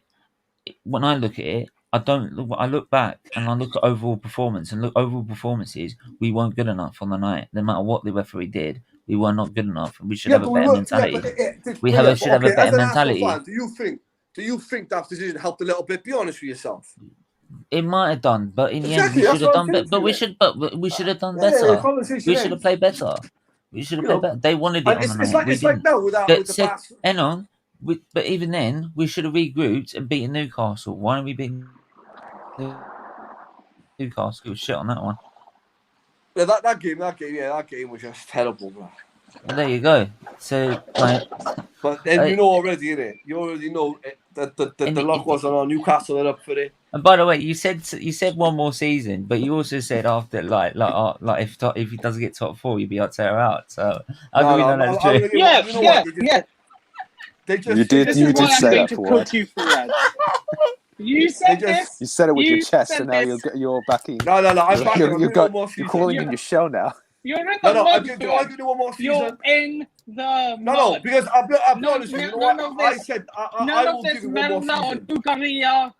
I will give you one Hold more on. season before I go, because I got to shoot off. But before I go, the reason why I give one more season Sorry. is because Hold there's no on. point in me wasting my energy. What are you gonna? Okay, next year, what are you gonna do? You're gonna enjoy your football, or you're just gonna come out here like every season, Arsenal fans, Arteta out. Find a new hobby. Go and play Because we want tennis. to race Go this- fishing. You I can can waste do your football energy. and fishing, bro. No. I'll call Arteta out because he's not good. He's not good You enough put for this all your football, effect mate. My and a standards passion. are to win. Wait, two My seconds. standards You are to put win in all the your league. effect This guy's not good and enough. passion and hatred into one person. There's more to life than Arteta, people. Bro, you're providing fake positivity, which is already hatred. Facts. Hold on. Can I just say for you, who do you think needs to go in the club? What do we need to do to change the club? Can I just Listen? quickly? Hold on, I Stephen, think just let me what I got to do, all right, is give him give a play out this season. I'll give him one more season, and if it don't work out, then it's down to the board to sack him. Arteta, No. listen, all you Arsenal fans can nod your head. Too like, much brother, time you can nod wasted. your head. But you've got to be realistically. If Arteta don't have a good start this season, all right, a lot of Arsenal fans won't be happy, including myself, because they're not going to sack him because he's given him 3 years. But if he has a heroic start, it's down to the board to sack him then, because he ain't going to turn around and say, "Get rid of me." He's going to turn around and say, "Give me more time. I'm going to try and get it No, right." he's too arrogant. Board and fans. I mean, But can I just? guys, just 1 second, Steve. I just want to say to everyone that's watching, please do like and subscribe. Also, check Stephen's channel out as well, Stephen Feely. And also, look, Prince Floyd, please check his channel out as well. We're loving, we all love each other here in Del Boy Gunner TV. I just wanted to say, I think Arteta's going to get sacked. Look, I might give you. Go ahead, Stephen. Sorry, man. Look. I just I might want give to you ask. 6 for that, but I might give you. I was going to say, I might give you. He's gone. He's gone. I can't hear him. Right. Anyway, look. Yeah. What I wanted to say is that look, I don't care if it's Arteta, if it's Graham Potter, if it's Conte, Pep. I don't care which manager it is. If they are not good enough, right, and they are producing the results that they are producing right now for this club, they are not good enough for this club, right? Simple as that. It doesn't matter whether it's Arteta or anyone else, right? And it's simple as that. If they are producing these results and not getting Arsenal back to where we belong, which is competing for the league, right, then they are not good enough for this club because that's our standards. Simple as that. Doesn't matter who it is. Doesn't matter who it is. Jez, welcome along, mate. How are you keeping? Jez. All good. Yeah, just had a great debate with Prince Fowd and also yeah, man, that was lit. That was fun. Jez is coming back for more. No. Yeah, let's get it right. I respect him. I don't. Yeah, I respect you. Agree. Well, no, I don't agree with anything he says. To be fair. It's great fun. Look, Fowd, we had a bit of a bust up on that channel earlier, and you riled me, but I apologise for my reaction. But that's fine. Don't worry about it, man. Don't worry about it. That's the way it goes. But on with some legends tonight, boys, and let's get it going.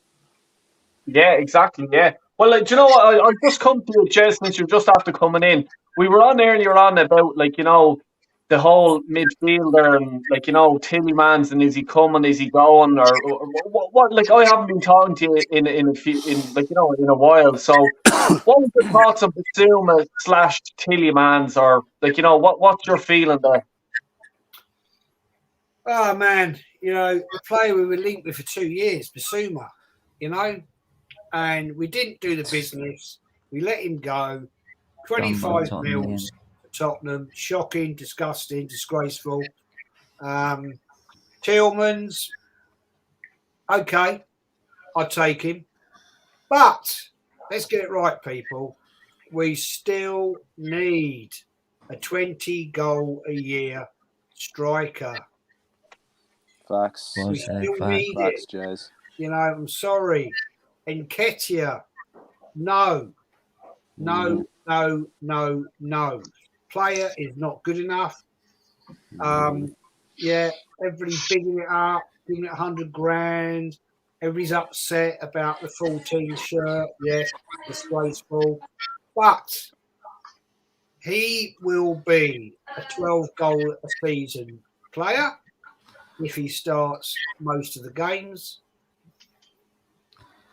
End of the season last year, pitched up when we were desperate. Let's get it right. We were desperate. We let Aubameyang go. Lacazette was crap. And we had to bring him in. And he banged 5 goals. Fair play to him. Fair play. It's not good enough, guys. We need a top striker. And I don't see us doing the business here. Jesus coming in. I reckon it'd be a 12 to 14. Personally. Yeah. Midfield is shocking. We need a proper attacking midfielder. If we're going to rely on Xhaka and El Neni, that's appalling. Partey has had an operation on this injury. Oh. So I don't think we'll be seeing him for a while. And that always concerns me when a player gets an injury like that, because it's gonna come up again. Now, right back, left back, we need a backup left back. Tomiyasu, when we signed him last season, he proved a point to me. I thought he's decent. Fair play to him. But Ben White, not good enough, people. Not good enough. Facts. He is shocking. Now, I see that we're in talks, and possibly there's rumours on going around that Rafinha at Leeds may have accepted a £70 million offer. 70 bloody million. 70 million. That's so ridiculous. We paid It's scandalous. 72 million for Pepe, and the guy never gets played. It's a disgrace. What the hell is going on, people, at this football club? It's we are run by a bunch of clowns. Surely to God, they must have learned from last year that we are going nowhere. I hear people, we'll get top 4, and we'll do well in the Europa League. Dear God, get a life. Dear God, surely you have to realise with this fraud of a manager, and I can see fraud down there, he's laughing at this. But I'm sorry, guys. We, with this manager, are going nowhere. And the facts are that, are we going to do the business? I'll tell you for now, if we sign Jesus and Rafinha, that's our business done. That is it.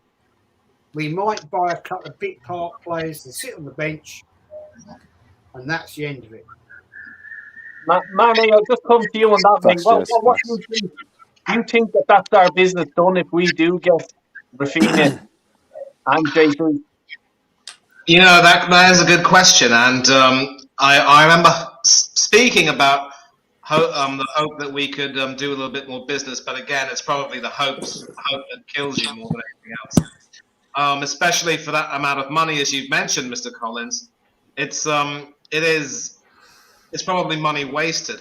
I sincerely hope he won't become another Pepe. In fact, I remember saying in the chat that if Rafinha were to come in on the right wing and Saka could move to the left wing, maybe that would be Saka's more natural position, and that would be a position where he'd be more effective.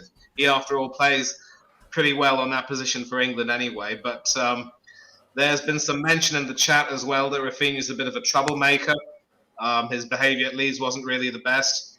And maybe there's a point that you've made, Del, in that with that much money being spent, how much more can the club be willing to spend?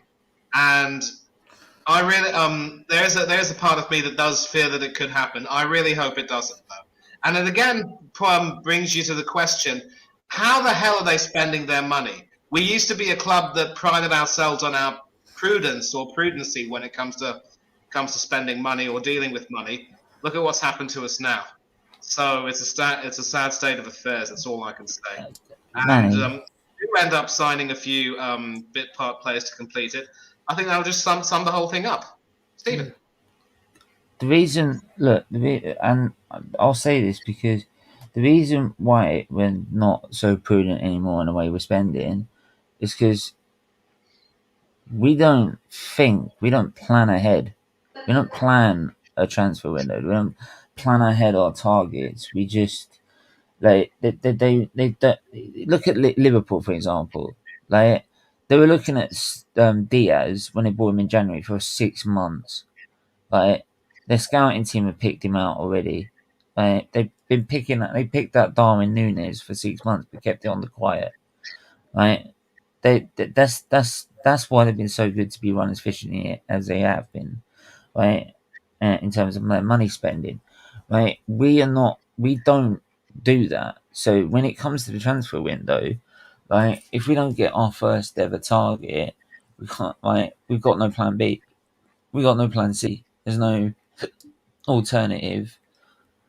We're never sure about when we sign a player if he can actually do the business because we've not got the actual we've not been monitoring his progress for 6 months.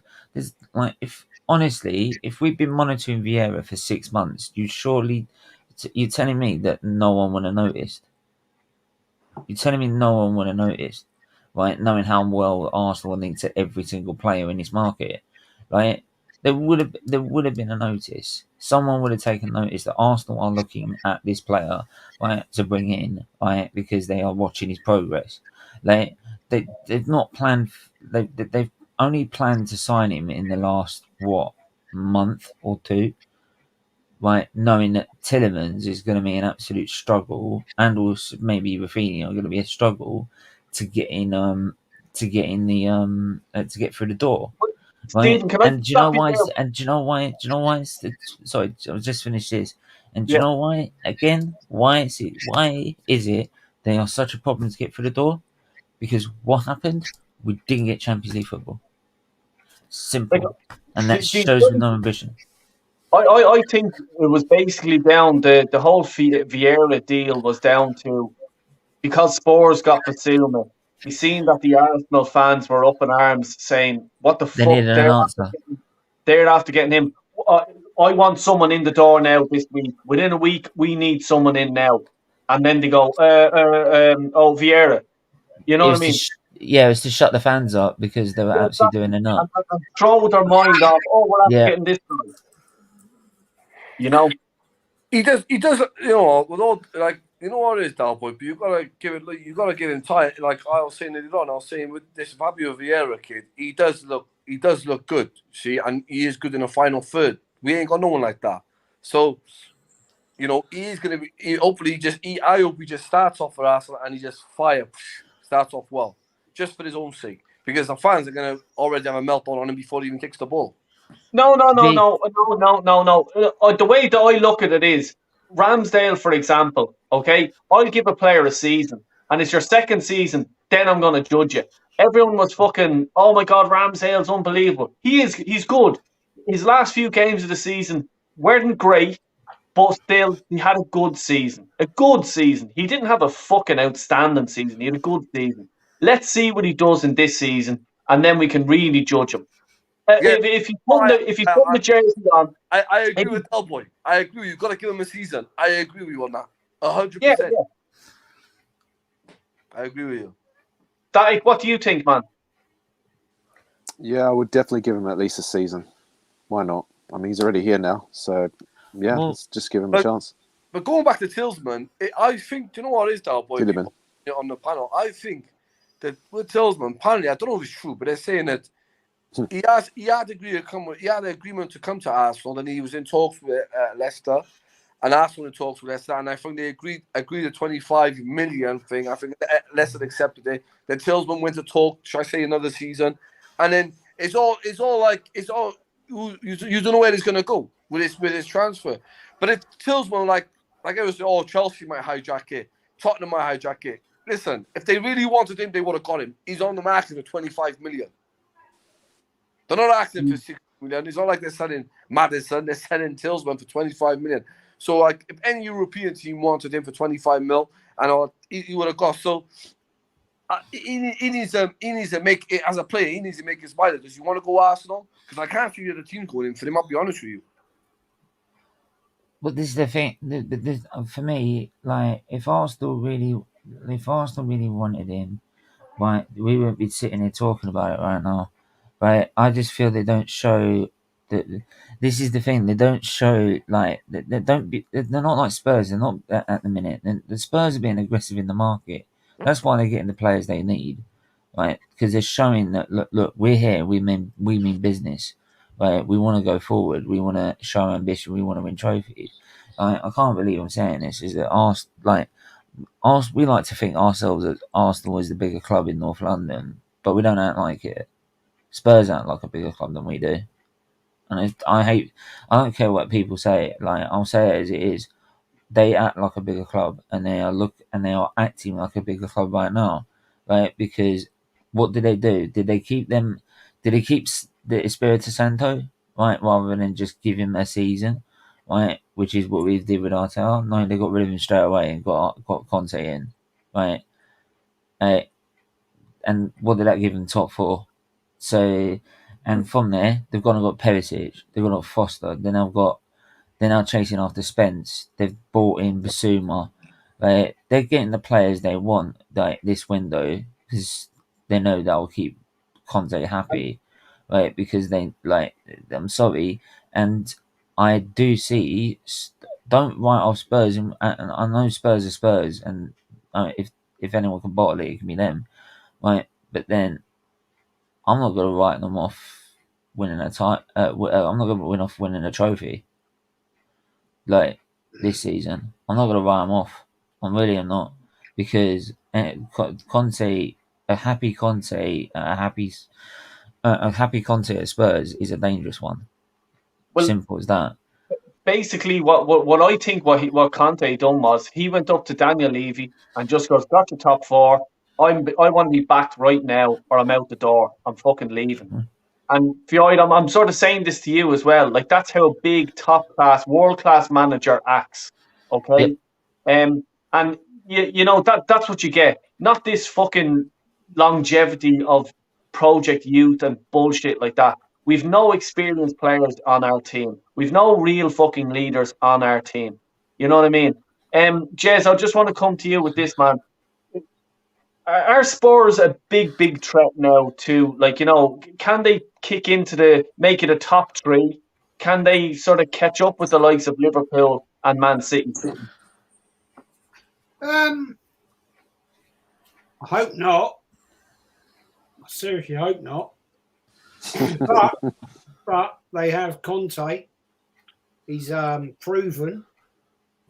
He's done some good business, and I would say sadly, they will be above us next year.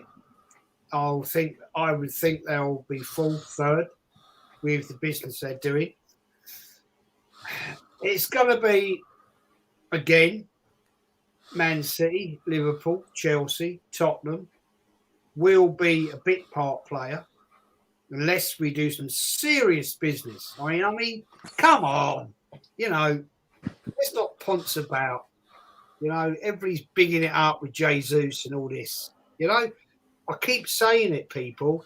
We need a proper attacking midfielder. Yeah. Xhaka needs to get out. He's just not the man. He's useless. I mean, come on. He's got a turning circle of the fucking Titanic. They did well for that one. True. Yeah. The guy's a useless piece of crap. We need a proper attacking midfielder, and we need a proper striker.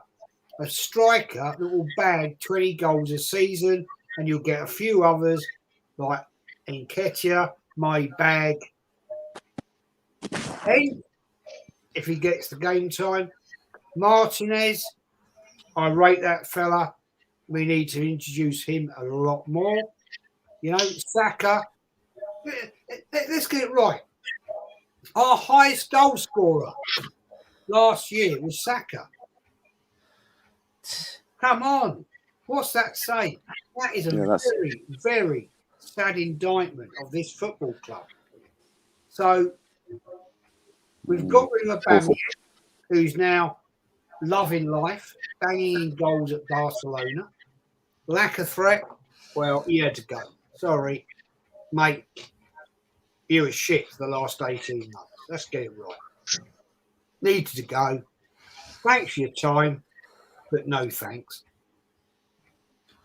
If we don't get in 3 key players, and I mean key players, I see no difference next season. I see no difference with Arteta. Sorry, if you do not by Christmas, you are by not Christmas. If you are, sorry, start again. If you are not challenging for the league by Christmas, you have to go. You have to go because by Christmas sets the standard, and let's not get it right. It's the World Cup this time. So you're going to have players out. So you're going to have to get your stuff right, my friend. Although not many of our players will be going to the World Cup because they're not world class. So there we go. Yeah, Stephen, go ahead. Well said, Jez. I mean, to be fair, I love Jez's description about Xhaka. I think one thing in relation to Xhaka and the Titanic, at least, he's done his career at Arsenal. He's done one thing that the Titanic did: sink. So no wonder he's got a turning circle like Titanic. But look, it's Arsenal. It's not just Arsenal. If Arsenal,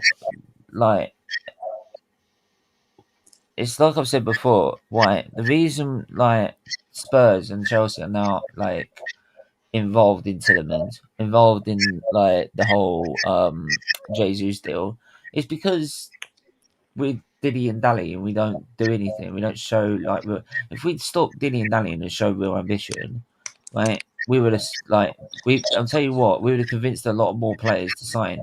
But they would have said, yeah, you might be your manager, but you really want us and you really believe that we can go forward with this project, right? But if you're Dilly and Danny saying we want 10 million off here, 10 million off there, it's are you really that serious? Are you really taking me seriously? So it doesn't go well for the player anyway. And I've already said there's going to be dressing room disharmony before because of the Nketiah deal, right? But because he's getting $100,000 a week, yet Saka's and Martinelli, who's done more for this club than he's his like they've done their little toes have done more to this club than Nketiah has, right? And yet, You're a bit harsh, bro. That's a bit harsh, man. Yeah, I'm not. No, he's speaking the truth, man. No, mate. Nketiah's crap. He's crap. Nketiah, Go, Stephen. Crap. Every Arsenal fan is. What's he done? This is what I was trying to like. What's he done? The north side. It's so fast. What's he done? What's he done? How many chances have he had? How many games have he started? He's been at the club. Wait, he's been a bench boy for 2 years. He had 2-3 months. No, you say that 2 and 3 months, bro. But with the Aubameyang, all right, I'm not comparing him with Aubameyang, but I'm just saying Aubameyang started 16 games this season and had 2 appearances off the bench. All right, and I scored 4 goals. This guy, what was on the bench when no striker was scoring most of the season? Okay, we lost against Southampton, we lost against Brighton, and we lost against Palace. Hang on a minute. And he was on the bench. They had no one to. He was forced to sign. Like I don't agree with that either by keeping him out of the team that long. He was forced to start against a team, against Chelsea. He had to go to Stamford Bridge. None of you Arteta out fans and Arsenal fans thought we're not going to win in Stamford Bridge with Nketiah up front. You all said that. Here we go. One-off game. What? Here we go. No, what I'm saying to you is, I'm not talking about one-off game. What does it mean? I'm just saying to you, I'm not going off one-off game. When he took his chance, he never took his chance against no mediocre club. He done against a team that no one expected us to win. Fans were saying we're going to lose 3-0, 4-0, 5-0. And Nketiah scores 2 goals. Then he scores about 5 goals towards the end of the season. All I'm not right, saying mate. he's the answer, Okay. but I'm Hold saying, on a does he minute. deserve a chance? Yes, he does. Hang on a minute. No, No, he he doesn't. doesn't. No. Yes, he does. 21. Hang on No, a he minute. doesn't. 27. Plenty Hang on of a minute. chances. Hang on a minute. No. I'm going to tell you why. I'm going to tell you why. Right? Don't make sense, 21. bro. He scored more goals than Hang on a minute. Martinelli. Hold a minute. Hold on a minute. No, he didn't. You're Martinelli telling scored me- 6 league goals. So you're telling. Did he? Hang on a minute. Hang on a minute. You're No, telling all me. wrong. Did he? Did he? Yeah, he did. Hang on a minute. Hang on a minute. Like you're telling me, 21 games and 5 goals and 1 assist is fucking good enough for this club. Get out of here. How can you No, I'm assess with sorry. that? 21 Crap. games. He come on for 1 minute. Crap. What can he do in 1 minute? 21 games, Yeah, 5 but he come on for a goals. minute. What Not with good that? enough. Even No. Thierry Henry in 1 minute couldn't No, play. They used to no. play him in This the is the last minute problem. just to This take is the the ball problem with this. This is the problem with this club. No, Exactly it's here. not. It's not. This it is Nketiah- because the standards are on the floor. Go and have a The look. Go and standards have on a the look at floor. his field pitch. Go and have a look how many hours he played for Arsenal. It ain't many. And when you talk about 21 games, the Bright guy used to bring him on for the last minute of the game just to run down the wing. Oh my god! He It's. never I'm used to bring sorry. him on to try and get a winner. Okay, Fuad, let me jump in and ask this question then. Nketiah also had some chances later on in the season to really, make an impact. Let's take a look. In the last few matches of the season, there are only 3 games in which he scored. Against Chelsea, against Leeds, and against Everton. Leeds were in danger of getting relegated, as were Everton. Everton you very much. actually they survived it, but whatever. They didn't put out a good team that day. But where was Nketiah against Tottenham? Where was he against Newcastle? Those were games that we needed to win. Henry wearing that shirt would have stood up with the counter. That's a beautiful point. He didn't So score. you're blaming Nketiah for them 2 defeats to you. Where was the whole team? No, we're not. We're just saying where was he Who for the provided it? performance? Who Hang brought on a the minute, ball in? hang on a Wait minute, 2 Fuad. seconds before you No, talk. hang a minute. Let me Henry finish. Henry Who wore that provided- shirt. who Would provided- he? give Would me a he? quick Would one he? chance. Would he? Who No. Would put the Henry? ball in? Would Who tried to Henry? set him up? There was no team Would effort. no? You Would can't take that Would on him. Henry? Hang on a minute. Would Come on, Henry? bro. Don't be silly. That's a Hang on a stupid minute, hang on a statement, You minute. bro. can't credit Nketiah On for his the- goal and blame the team for not helping him. Would That's not would fair. can't Henry? blame the team. Hang on. Would It was Henry the go? team effort thing, Would Nick. His would ball is Henry? to put Would the ball in Henry the hide net. in that game? Would Henry hide in that game? No, he wouldn't. Do you know what I mean? It was bought. Okay, but I remember when Henry went here. When we lost 6-1 at Old Trafford. No one says that then. What? Hey, come on, you've got to be realistic. Like Henry, as how great he was, we lost 6-1 at Old Trafford. He went missing that game. Yeah, but we still ended up But standards. but We nothing. actually But competed. We're doesn't not mean the he's crap. standards No, he's literally. not. It Yeah, was a but he team still went effort. on. He The still team went on and got scored no, over 20 the goals in reason that why- season, mate. See, He but no, still you went just on said and scored Henry. 20 other goals in No, that but back up your season. What statement. you on We about? lost 6-1. I'm not saying Henry's the greatest player ever, but I'm saying that game when we lost 6-1, that was nothing to do with Henry. He scored the that players, goal. the team never performed. The team just sat back and think. Jamie, the team never performed. The team sat back. But and he it made just up. Yeah, but It's the still, same he with still these two done the games. 20 goals in You the can't blame a season. striker and a whole legacy of a 23-year-old kid. We're not blaming. We're not That's blaming the whole. ridiculous. No, hang on. If you actually heard me earlier, I said the whole team didn't perform well at all. Yeah, but you can't say he's not. You got to Right, say. You but got I'm to say. I'm picking not out saying. But I'm deserves a picking out chance. saying. He said, unlike say maybe Martinelli, who's actually probably the only one caring in that game. Sensational. Right? He wasn't here. Wasn't there? No, I look, Nketiah, Henry bro, would have stood up and he's be 23 counted. years of age, bro. He's a young man. Give him a season. Let's see what But he I'm does. sorry, hang on a minute. We've already given him enough chances. I'm sorry. How many? He Right, hasn't and second started. He hasn't and started. second of He's all, only started okay, I'll 8 ask you Premier this. League games for the whole Hang on, I'll Arsenal ask you this. in his career. Ask me this. What chance is that? You ask me this then. Who deserves that 100 grand a week more? Right? Him, right, or Martinelli and Saka? Martinelli and This is Saka. what I'm saying. Facts. This is what I'm saying. Martinelli and Saka deserve that contract more than him. Right? Exactly. By far. Yeah, but By they're far. gonna get- That's why yeah, it's going to but cause a problem. They're both going But to can get I big just contracts. also finish what I was saying? Right? I don't the- think so. But the problem is, as well as it's going to cause that dressing room disharmony How is because it? of this, right? Second of all, is that what also is going to cause a problem with that disharmony in the dressing room is that if we don't buy the players we need, mate, if we don't buy the players we need, though, right? Simple as this, right? How the hell are we going to manage this season? The fixture list. Have you seen how congested it is? Yeah. 6 games, I think, in October. I How know. the hell are we We going to got the manage that with the Premiership squad we've got? Cups You By the can't way, listen. by the way, who thinned out the squad? All I gotta say. Let me think. Well, yeah, 'cause All we I had to gotta win say, we had to listen, win listen, the at the end of the budget day, award. All I gotta say, I personally think, listen, I can't take nothing away from a human being who makes money for himself. If they offered him 100 P's a minute, if they offered him 100 bills, if they offered him 100K a week, all right, good luck to him. He made it. The man made his own peace, bro. I ain't taking nothing away from him. All right, people say he don't deserve it. If the club thinks he deserves it, he's a professional No, footballer. he put Well done to him, Arsenal. bro. He put Arsenal Jamie, in he's impossible disciplined for him position. to get that money. He let Well done Arsenal. for him, He bro. let I'm not gonna Arsenal hate on the put guy. them. No, but hang on. Jamie. He's very clever because he let Arsenal. He's very Man, clever. making He's peas, like, bro. Let the guy make his no. peas. He's very clever. What's wrong with you? He's very clever. Like he knows he won't get an offer that contract. He knows he won't go anywhere. If he went anywhere else, he won't get in that contract for 100K a week.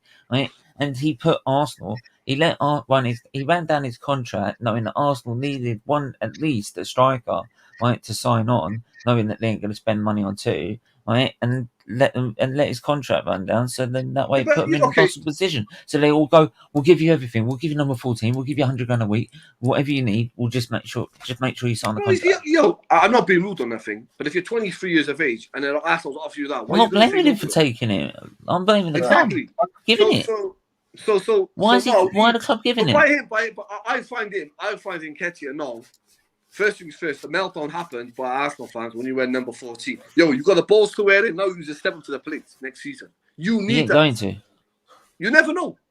You ain't going to. Okay, we'll see. Telling you We'll for see. fact. Because if he starts firing goals and you got to backtrack and say, you need to backtrack. Yeah, and then I'll say I'm wrong. I'll Yeah. actually come out and say So I'm let's wrong. see what happens. Only time will tell now, innit? Everyone's hoping it doesn't, but I hope he proves everyone wrong. Like he hit back with his doubters.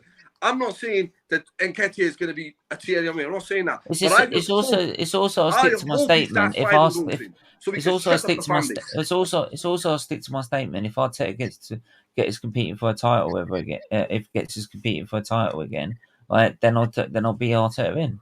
I'll stick to that statement. We have to just come back to, let's say, and say who made this fucking decision to give him 5 million signing on fee and 100 grand a week. Who made that decision? You cannot blame Eddie Nketiah for that. Hold on, Stephen. He basically said, his representatives said, we want 5 million a year or whatever. They probably said we want 10 million a year because you guys need a striker. And if he walks out the door, Lacazette walks out the door, you have Balogun as your main striker. You know what I Yeah. mean? So you cannot blame Eddie. And this is what I'm saying. You have to give it to him. I said this about a few months ago. In Europe, never mind England, in Europe, Arsenal are, and some people aren't going to like this, we're a fucking joke of a club. We're being ran by fucking idiots, and everyone in Europe knows it. Look at Man City, for example. Jesus, is it a year, whatever he has left in his contract? You know what I mean? We have to pay 50 million for him. A player that's last year in his contract, and we have to pay 50 million for him.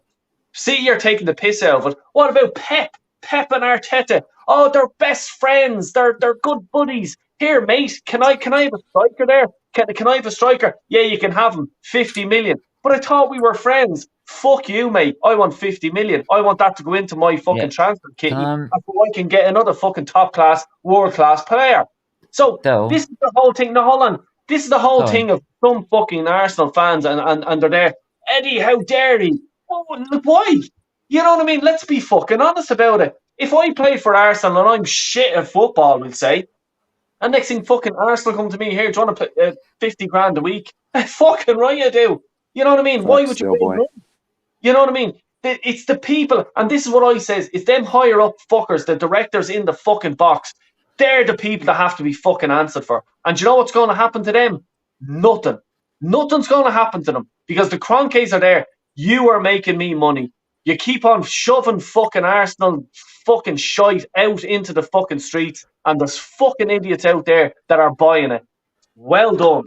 Keep up the great work. Keep it up. And he is not going to sell this club until this Super League or whatever the fuck they're calling it now, until that happens. If that happens, he'll sell it. He'd double his money overnight. Go ahead, Stephen.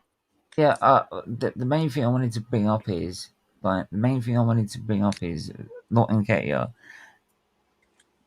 We've got a congested fixture list because of this World Cup. If we don't get players in, we're screwed because this guy has decided to thin out our fan base because we had to win. Like we're not going to go buy a midfielder on loan for 6 months, which could have given us top four. We're going to win the wage. We're going to win the wage budget award. That's what we're going to do. But because of that, we've got hardly anyone in our squad. And if we don't get any players in, that's why we need 5. As well as we're saying, we need 7 more new players or something like that to fit in on our team, like to improve our team, like significantly if we want to challenge for top 4. Like, but I also want to just make this thing is that we also need them because we've got no squad depth, and this season out of the most is going to be the most important for squad depth. Right, and what's Arteta going to do? Like when we're about 2 months into the squad season, we're going to, oh well, like I can't do it because this is the next thing we're going to hear because is that he's playing Europa League and then he's playing Premier League. He's playing Europa League, Premier League. So he's like this. He can't do like because he's got such a thin squad. But I'm hearing the excuses already. Now, right? But Del Boy, like everyone, like Arsenal fans, you know, all right, we've signed 2 players. I know people might be happy, might not be happy, but we have signed 2 players. Or we're on a merger trying to get another 2 players. Okay, 1. All right, we signed Marquinhos in it and Fabio. But to be fair, Marquinhos is not going to be featured for another 2-3 years yet. Yeah. But I'm just saying, so they have not really signed 2 players for the season. On going to Arsenal, when you have a look, they signed 2 players.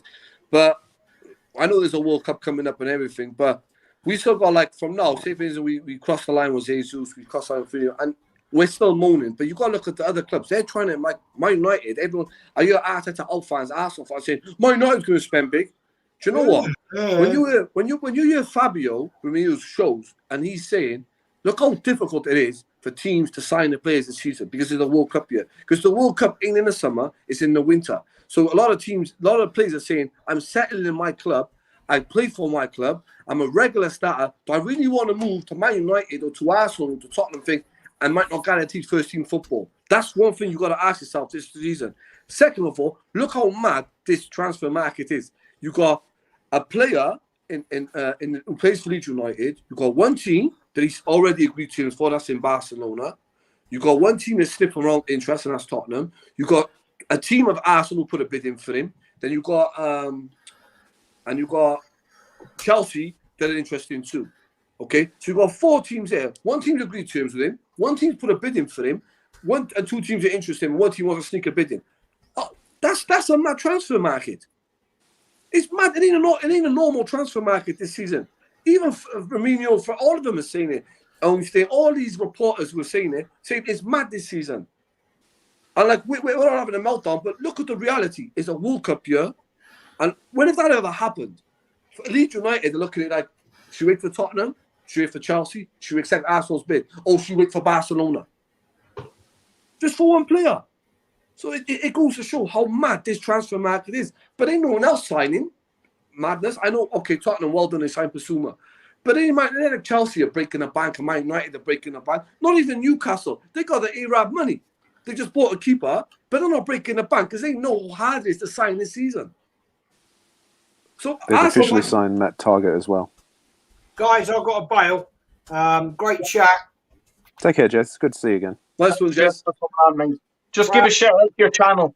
Hi, Mr. Collins. Sorry? Give a shout out to your channel and what's coming up. Oh, yeah. Arsenal history and more.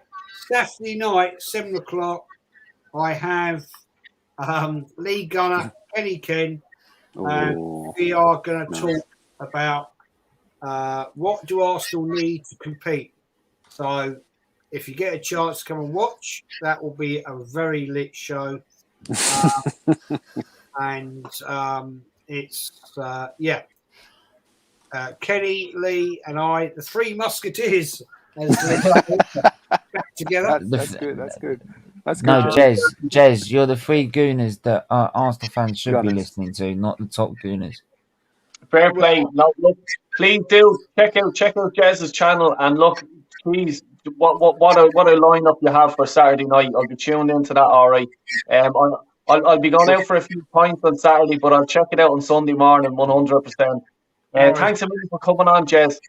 Darren, Stephen, guys, Ford, loved to debate with you earlier, man. The North Side.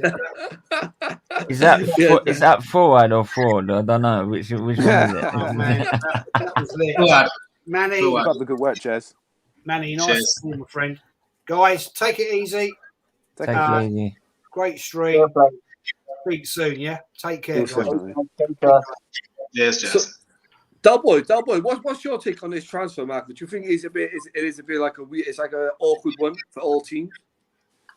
Look, I suppose for the whole teams in the Premier League, it's a bit slow, and I just think it's one of these when something big happens, like a big player moves. That's when sort of the cards fall down from the card house, let's say, and stuff starts to move, you know.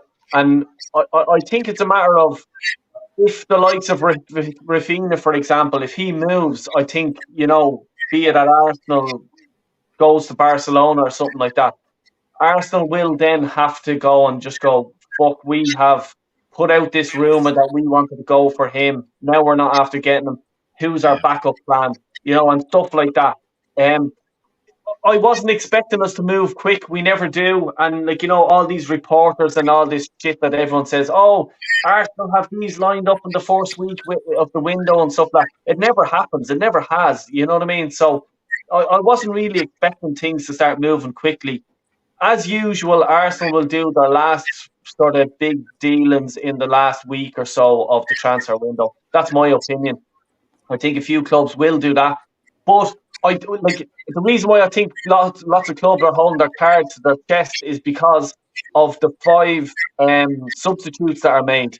So it's important for anyone that, let's say, who is challenging, who wants to get into the top 4, who wants to go for trophies and stuff like that, they have to have 1 or 2 good players on the bench. So clubs have to add into their squad if they want to do anything this season. And that's why I think, even though, let's say, a Tielemans would have been okay, but we should have went for Bissouma and Tielemans.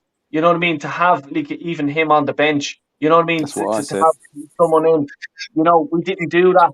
So, yeah, it's a trick missed by us big time. Manny, what do you think with the 5 substitutes this season? You know, I got to shoot off anyway, Dalboy. I'll speak to you soon, right? Nice one, lads. Just give a shout out to your channel before you go. Take care, man. Nice give a shout out to your channel before you go. Oh, Prince Fire TV, that's what I am. But I'm quite lazy, bro. I'll be honest with you, bro. Nice one, lads. Fine. I'm coming over to the Emirates to the Everton game, right? I'll probably bump into you then over there, yeah? Yeah, all right then. I'll see what game it is. I'll see if I'm off. I'll see you there. Yeah. Yes, bro. Thanks for coming on. Yes. Take care, for yes. Before I go, Brad, my man is the coolest man ever on YouTube, Brad. Trust me, fam. Who? The guy with the glasses on is the most coolest guy on YouTube. I like his Quiet. My name is Static. I'm a moderator on Northside's channel. We've spoken a few times. It's nice to officially meet you. Oh, yes, bro. My brother, Why didn't you come Yeah. on, bro? You got more swagger than that, buffoon. Sorry. Say I'm that out, again. bro. See you later, bud. Take Yes, care. sir. Thank you. Thank you. Respect, bro. Respect All you, right. man. Cheers. Lads, I'll tell you Yeah, what. I'm gonna wrap it up in a few minutes, but I'll just get these lads on just to have their say. I have to get James on as well because James has been in the chat for a while. How are you doing, James? You okay? Hey, Yeah, James. Good man. What do you have to say? balls. Can you hear okay? Yeah, Good man, good man. Fair play to you for coming on. What do you think of Arsenal this season? What do they need to do?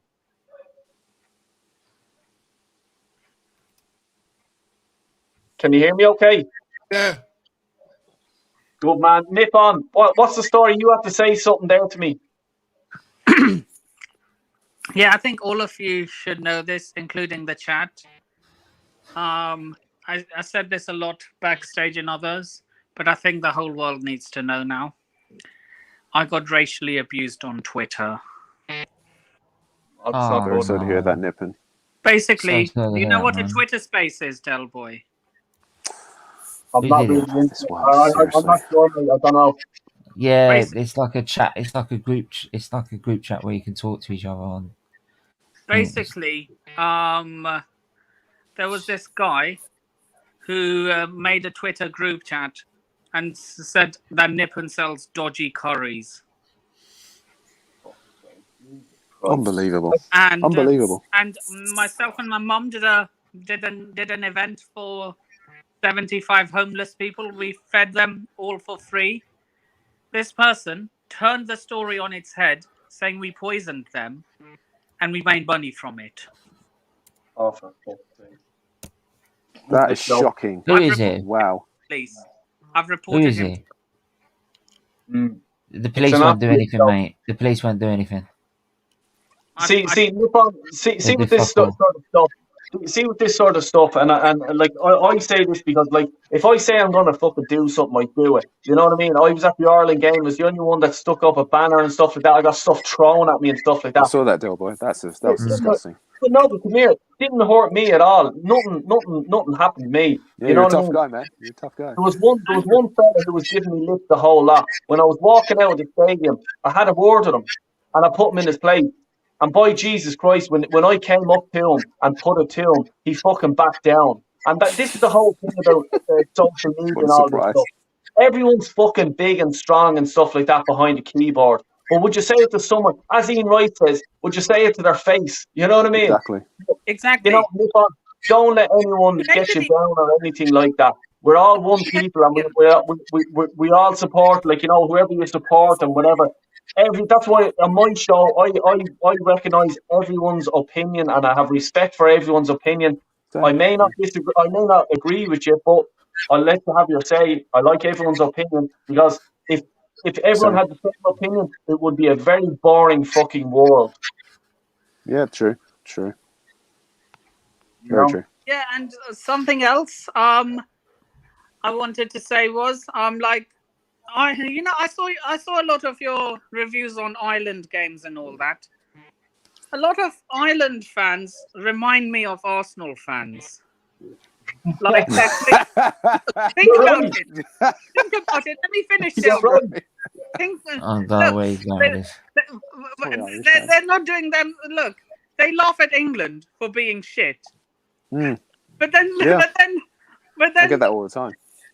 and then they laugh, but then look at your own country. Then they need to look at their own country first. Yep. So sorry if I offended you by saying that, Del Boy. No. Yeah. But you know what? It's funny you say that. I agree with it. Like, you know what I mean? Look, come here. I don't want to talk about it tonight, but the manager went on a losing streak for I don't know how many, and there's still fans backing him. You know what I mean? On any sport, it's about winning. You know what I mean? I think he broke a record 11 of games, how many 13 games games. lost in a row and stuff like that. You know, but that's neither here nor there. Look, lads, I'm going to start wrapping. Go on, yeah. A lot of England fans were saying, look, they were even when we got to that final, they were still Southgate out. I know. Yeah. Look, It, Arsenal fans laugh at Tottenham and Man United as a coping mechanism. Ireland fans laugh at England as a coping mechanism. Yeah, like, you know, I think that's sort of wore out now at this stage, to be honest with you. They used to years ago, like, you know what I mean? But, you know, No. I just think now, it's, you know, if you're a Del, good team, you're a good team. There's nothing you can do. Del, Yeah. can I just ask something? How many people are watching just now, just out of curiosity? Right now, this second is 2020. Do you mind if I do this? Go on, yeah, what's the story?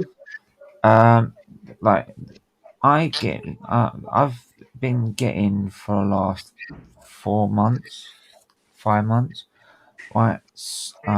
These like trolling phone calls where they don't do anything apart from just breathe loudly down the microphone, down the mic, down the phone, and then one time like they've called with their number, and like I got his name as well because he left me a voicemail at one point. I'd actually might play the voicemail actually. Forgot a minute. Give me a sec. Big up, I just want to say while you're just doing that, just big up to Big Josh there.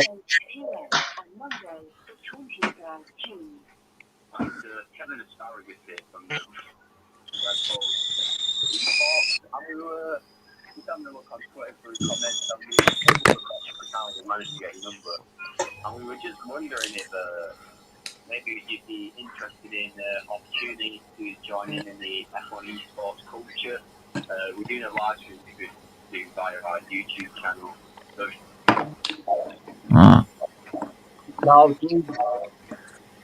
But anyway, I can't find the voicemail. I'll find. Don't worry about it. I got like the number anyway. Like it's Joshua 07452 969 508. Alright. So there you go. There's his phone number. Do whatever you want with him. Report him to the police, Stephen. James, are you a Bournemouth supporter by any chance? Yeah. Good on you, man. I think they'll come straight back up, James. I think they'll do well this year. You do well this year? Good. Good. I think they'll stay up. I think you guys will stay up this season. When did Chelsea play Bournemouth? I need to bring you onto my channel. I'm not sure when that is. I don't even know when we're playing Chelsea themselves. Well, look, come here, guys. I'm just going to start wrapping it up here because I tell you, I have a big day ahead of me tomorrow. I have a load of work to do, and I have to go down to the west of Ireland then as well. I'm going away for the weekend, so I'm going to be putting me feet up and relaxing and stuff like that. So I'll start with you beside me, Stephen. Do you want to give a shout out to your channel, man? He's still looking for a voicemail. You can find me nowhere but here on YouTube. Sorry, it's Stephen's background noise. You can find me obviously here on Del Boy's channel and every Arsenal related YouTube channel. You can also subscribe to me on YouTube. So, and yeah, that's it. Yeah, James. Oh yeah, Del Boy. Before I forget, do more food vlogs, please. And as you are going away, I want to see another food vlog tomorrow or Saturday, please. Yeah, all right. You know what? I'll do it. I've been lazy with the on the other channel, like, you know, the vlog and stuff like that. But 2 weeks, man. And where I'm going in the west of Ireland is greenery, views, rivers, lakes, everything you want, you know. So Listen, yeah, Delby, the only thing I know about Ireland is Dublin. That's it. So, it'd be nice to see the rest of Ireland. You know?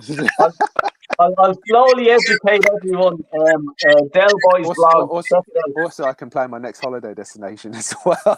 Yeah, definitely. And look, come here. James, do you want to say anything? No. Good man. Rip on. Do you want to just give a shout out? Subscribe to my 2 channels, NS Sports TV and the British Lifestyle Blogger. Twitter is the Nipun Sharma. It's on private now. Twitter. Yeah. Yeah. And my other Twitter is NSSports93. That's my YouTube Twitter. Good stuff. Stephen, do you want to say anything there, man?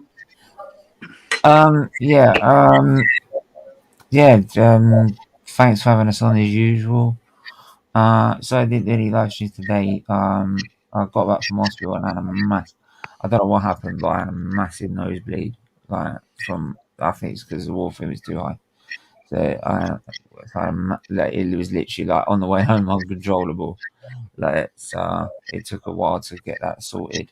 So I obviously couldn't live stream until just now. So there will be all the shows that I've got planned will be done over the weekend, because 28th and 29th and the 30th, well, 28th and the 29th at least, I want to take the days off, because the new F1 game's coming out, so I want to just spend the day chilling out playing that, if you know what I mean.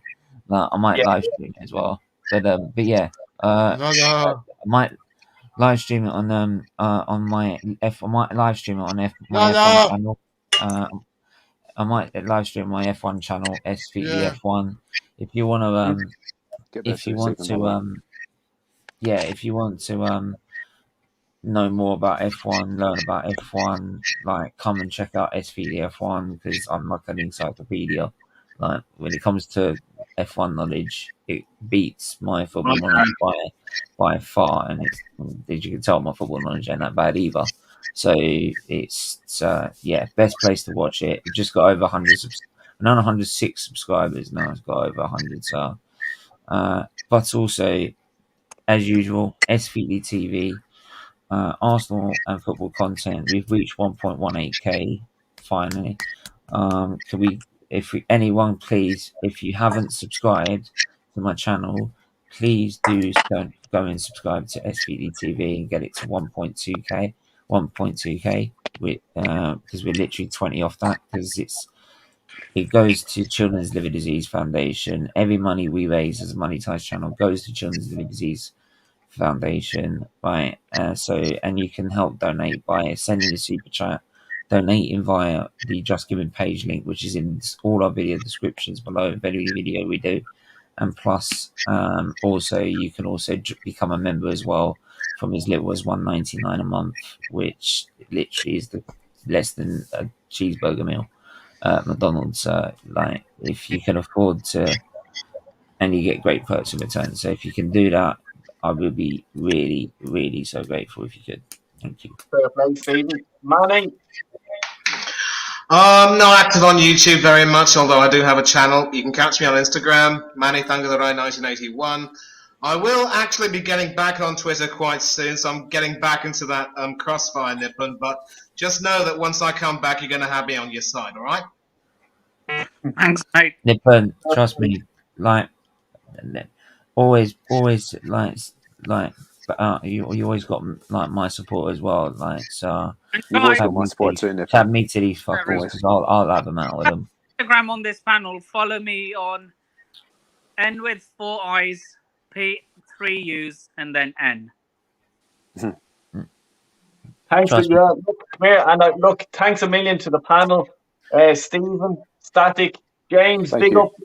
Well done, mate. Thanks for coming on. Bournemouth fan, real fan in the house. Good man, James. Thanks for coming on, buddy. Nippon, Chelsea fan, and Mane, fair play.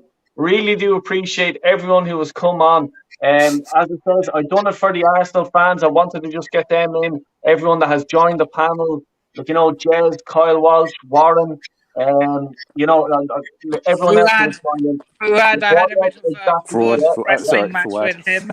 Fraud. Fraud. Yeah, I really do appreciate it. Everyone who was in the comments and stuff like that, and please do stick a like on the button on this stream as well. And if you're not subscribed, please do subscribe to me and subscribe to the rest of the guys' channels as well. I really do appreciate it. Please subscribe, everyone. 1K, let's go, baby. But yeah, thanks a million, and I hope everyone has a good evening and take care, and God bless everyone. I'll out.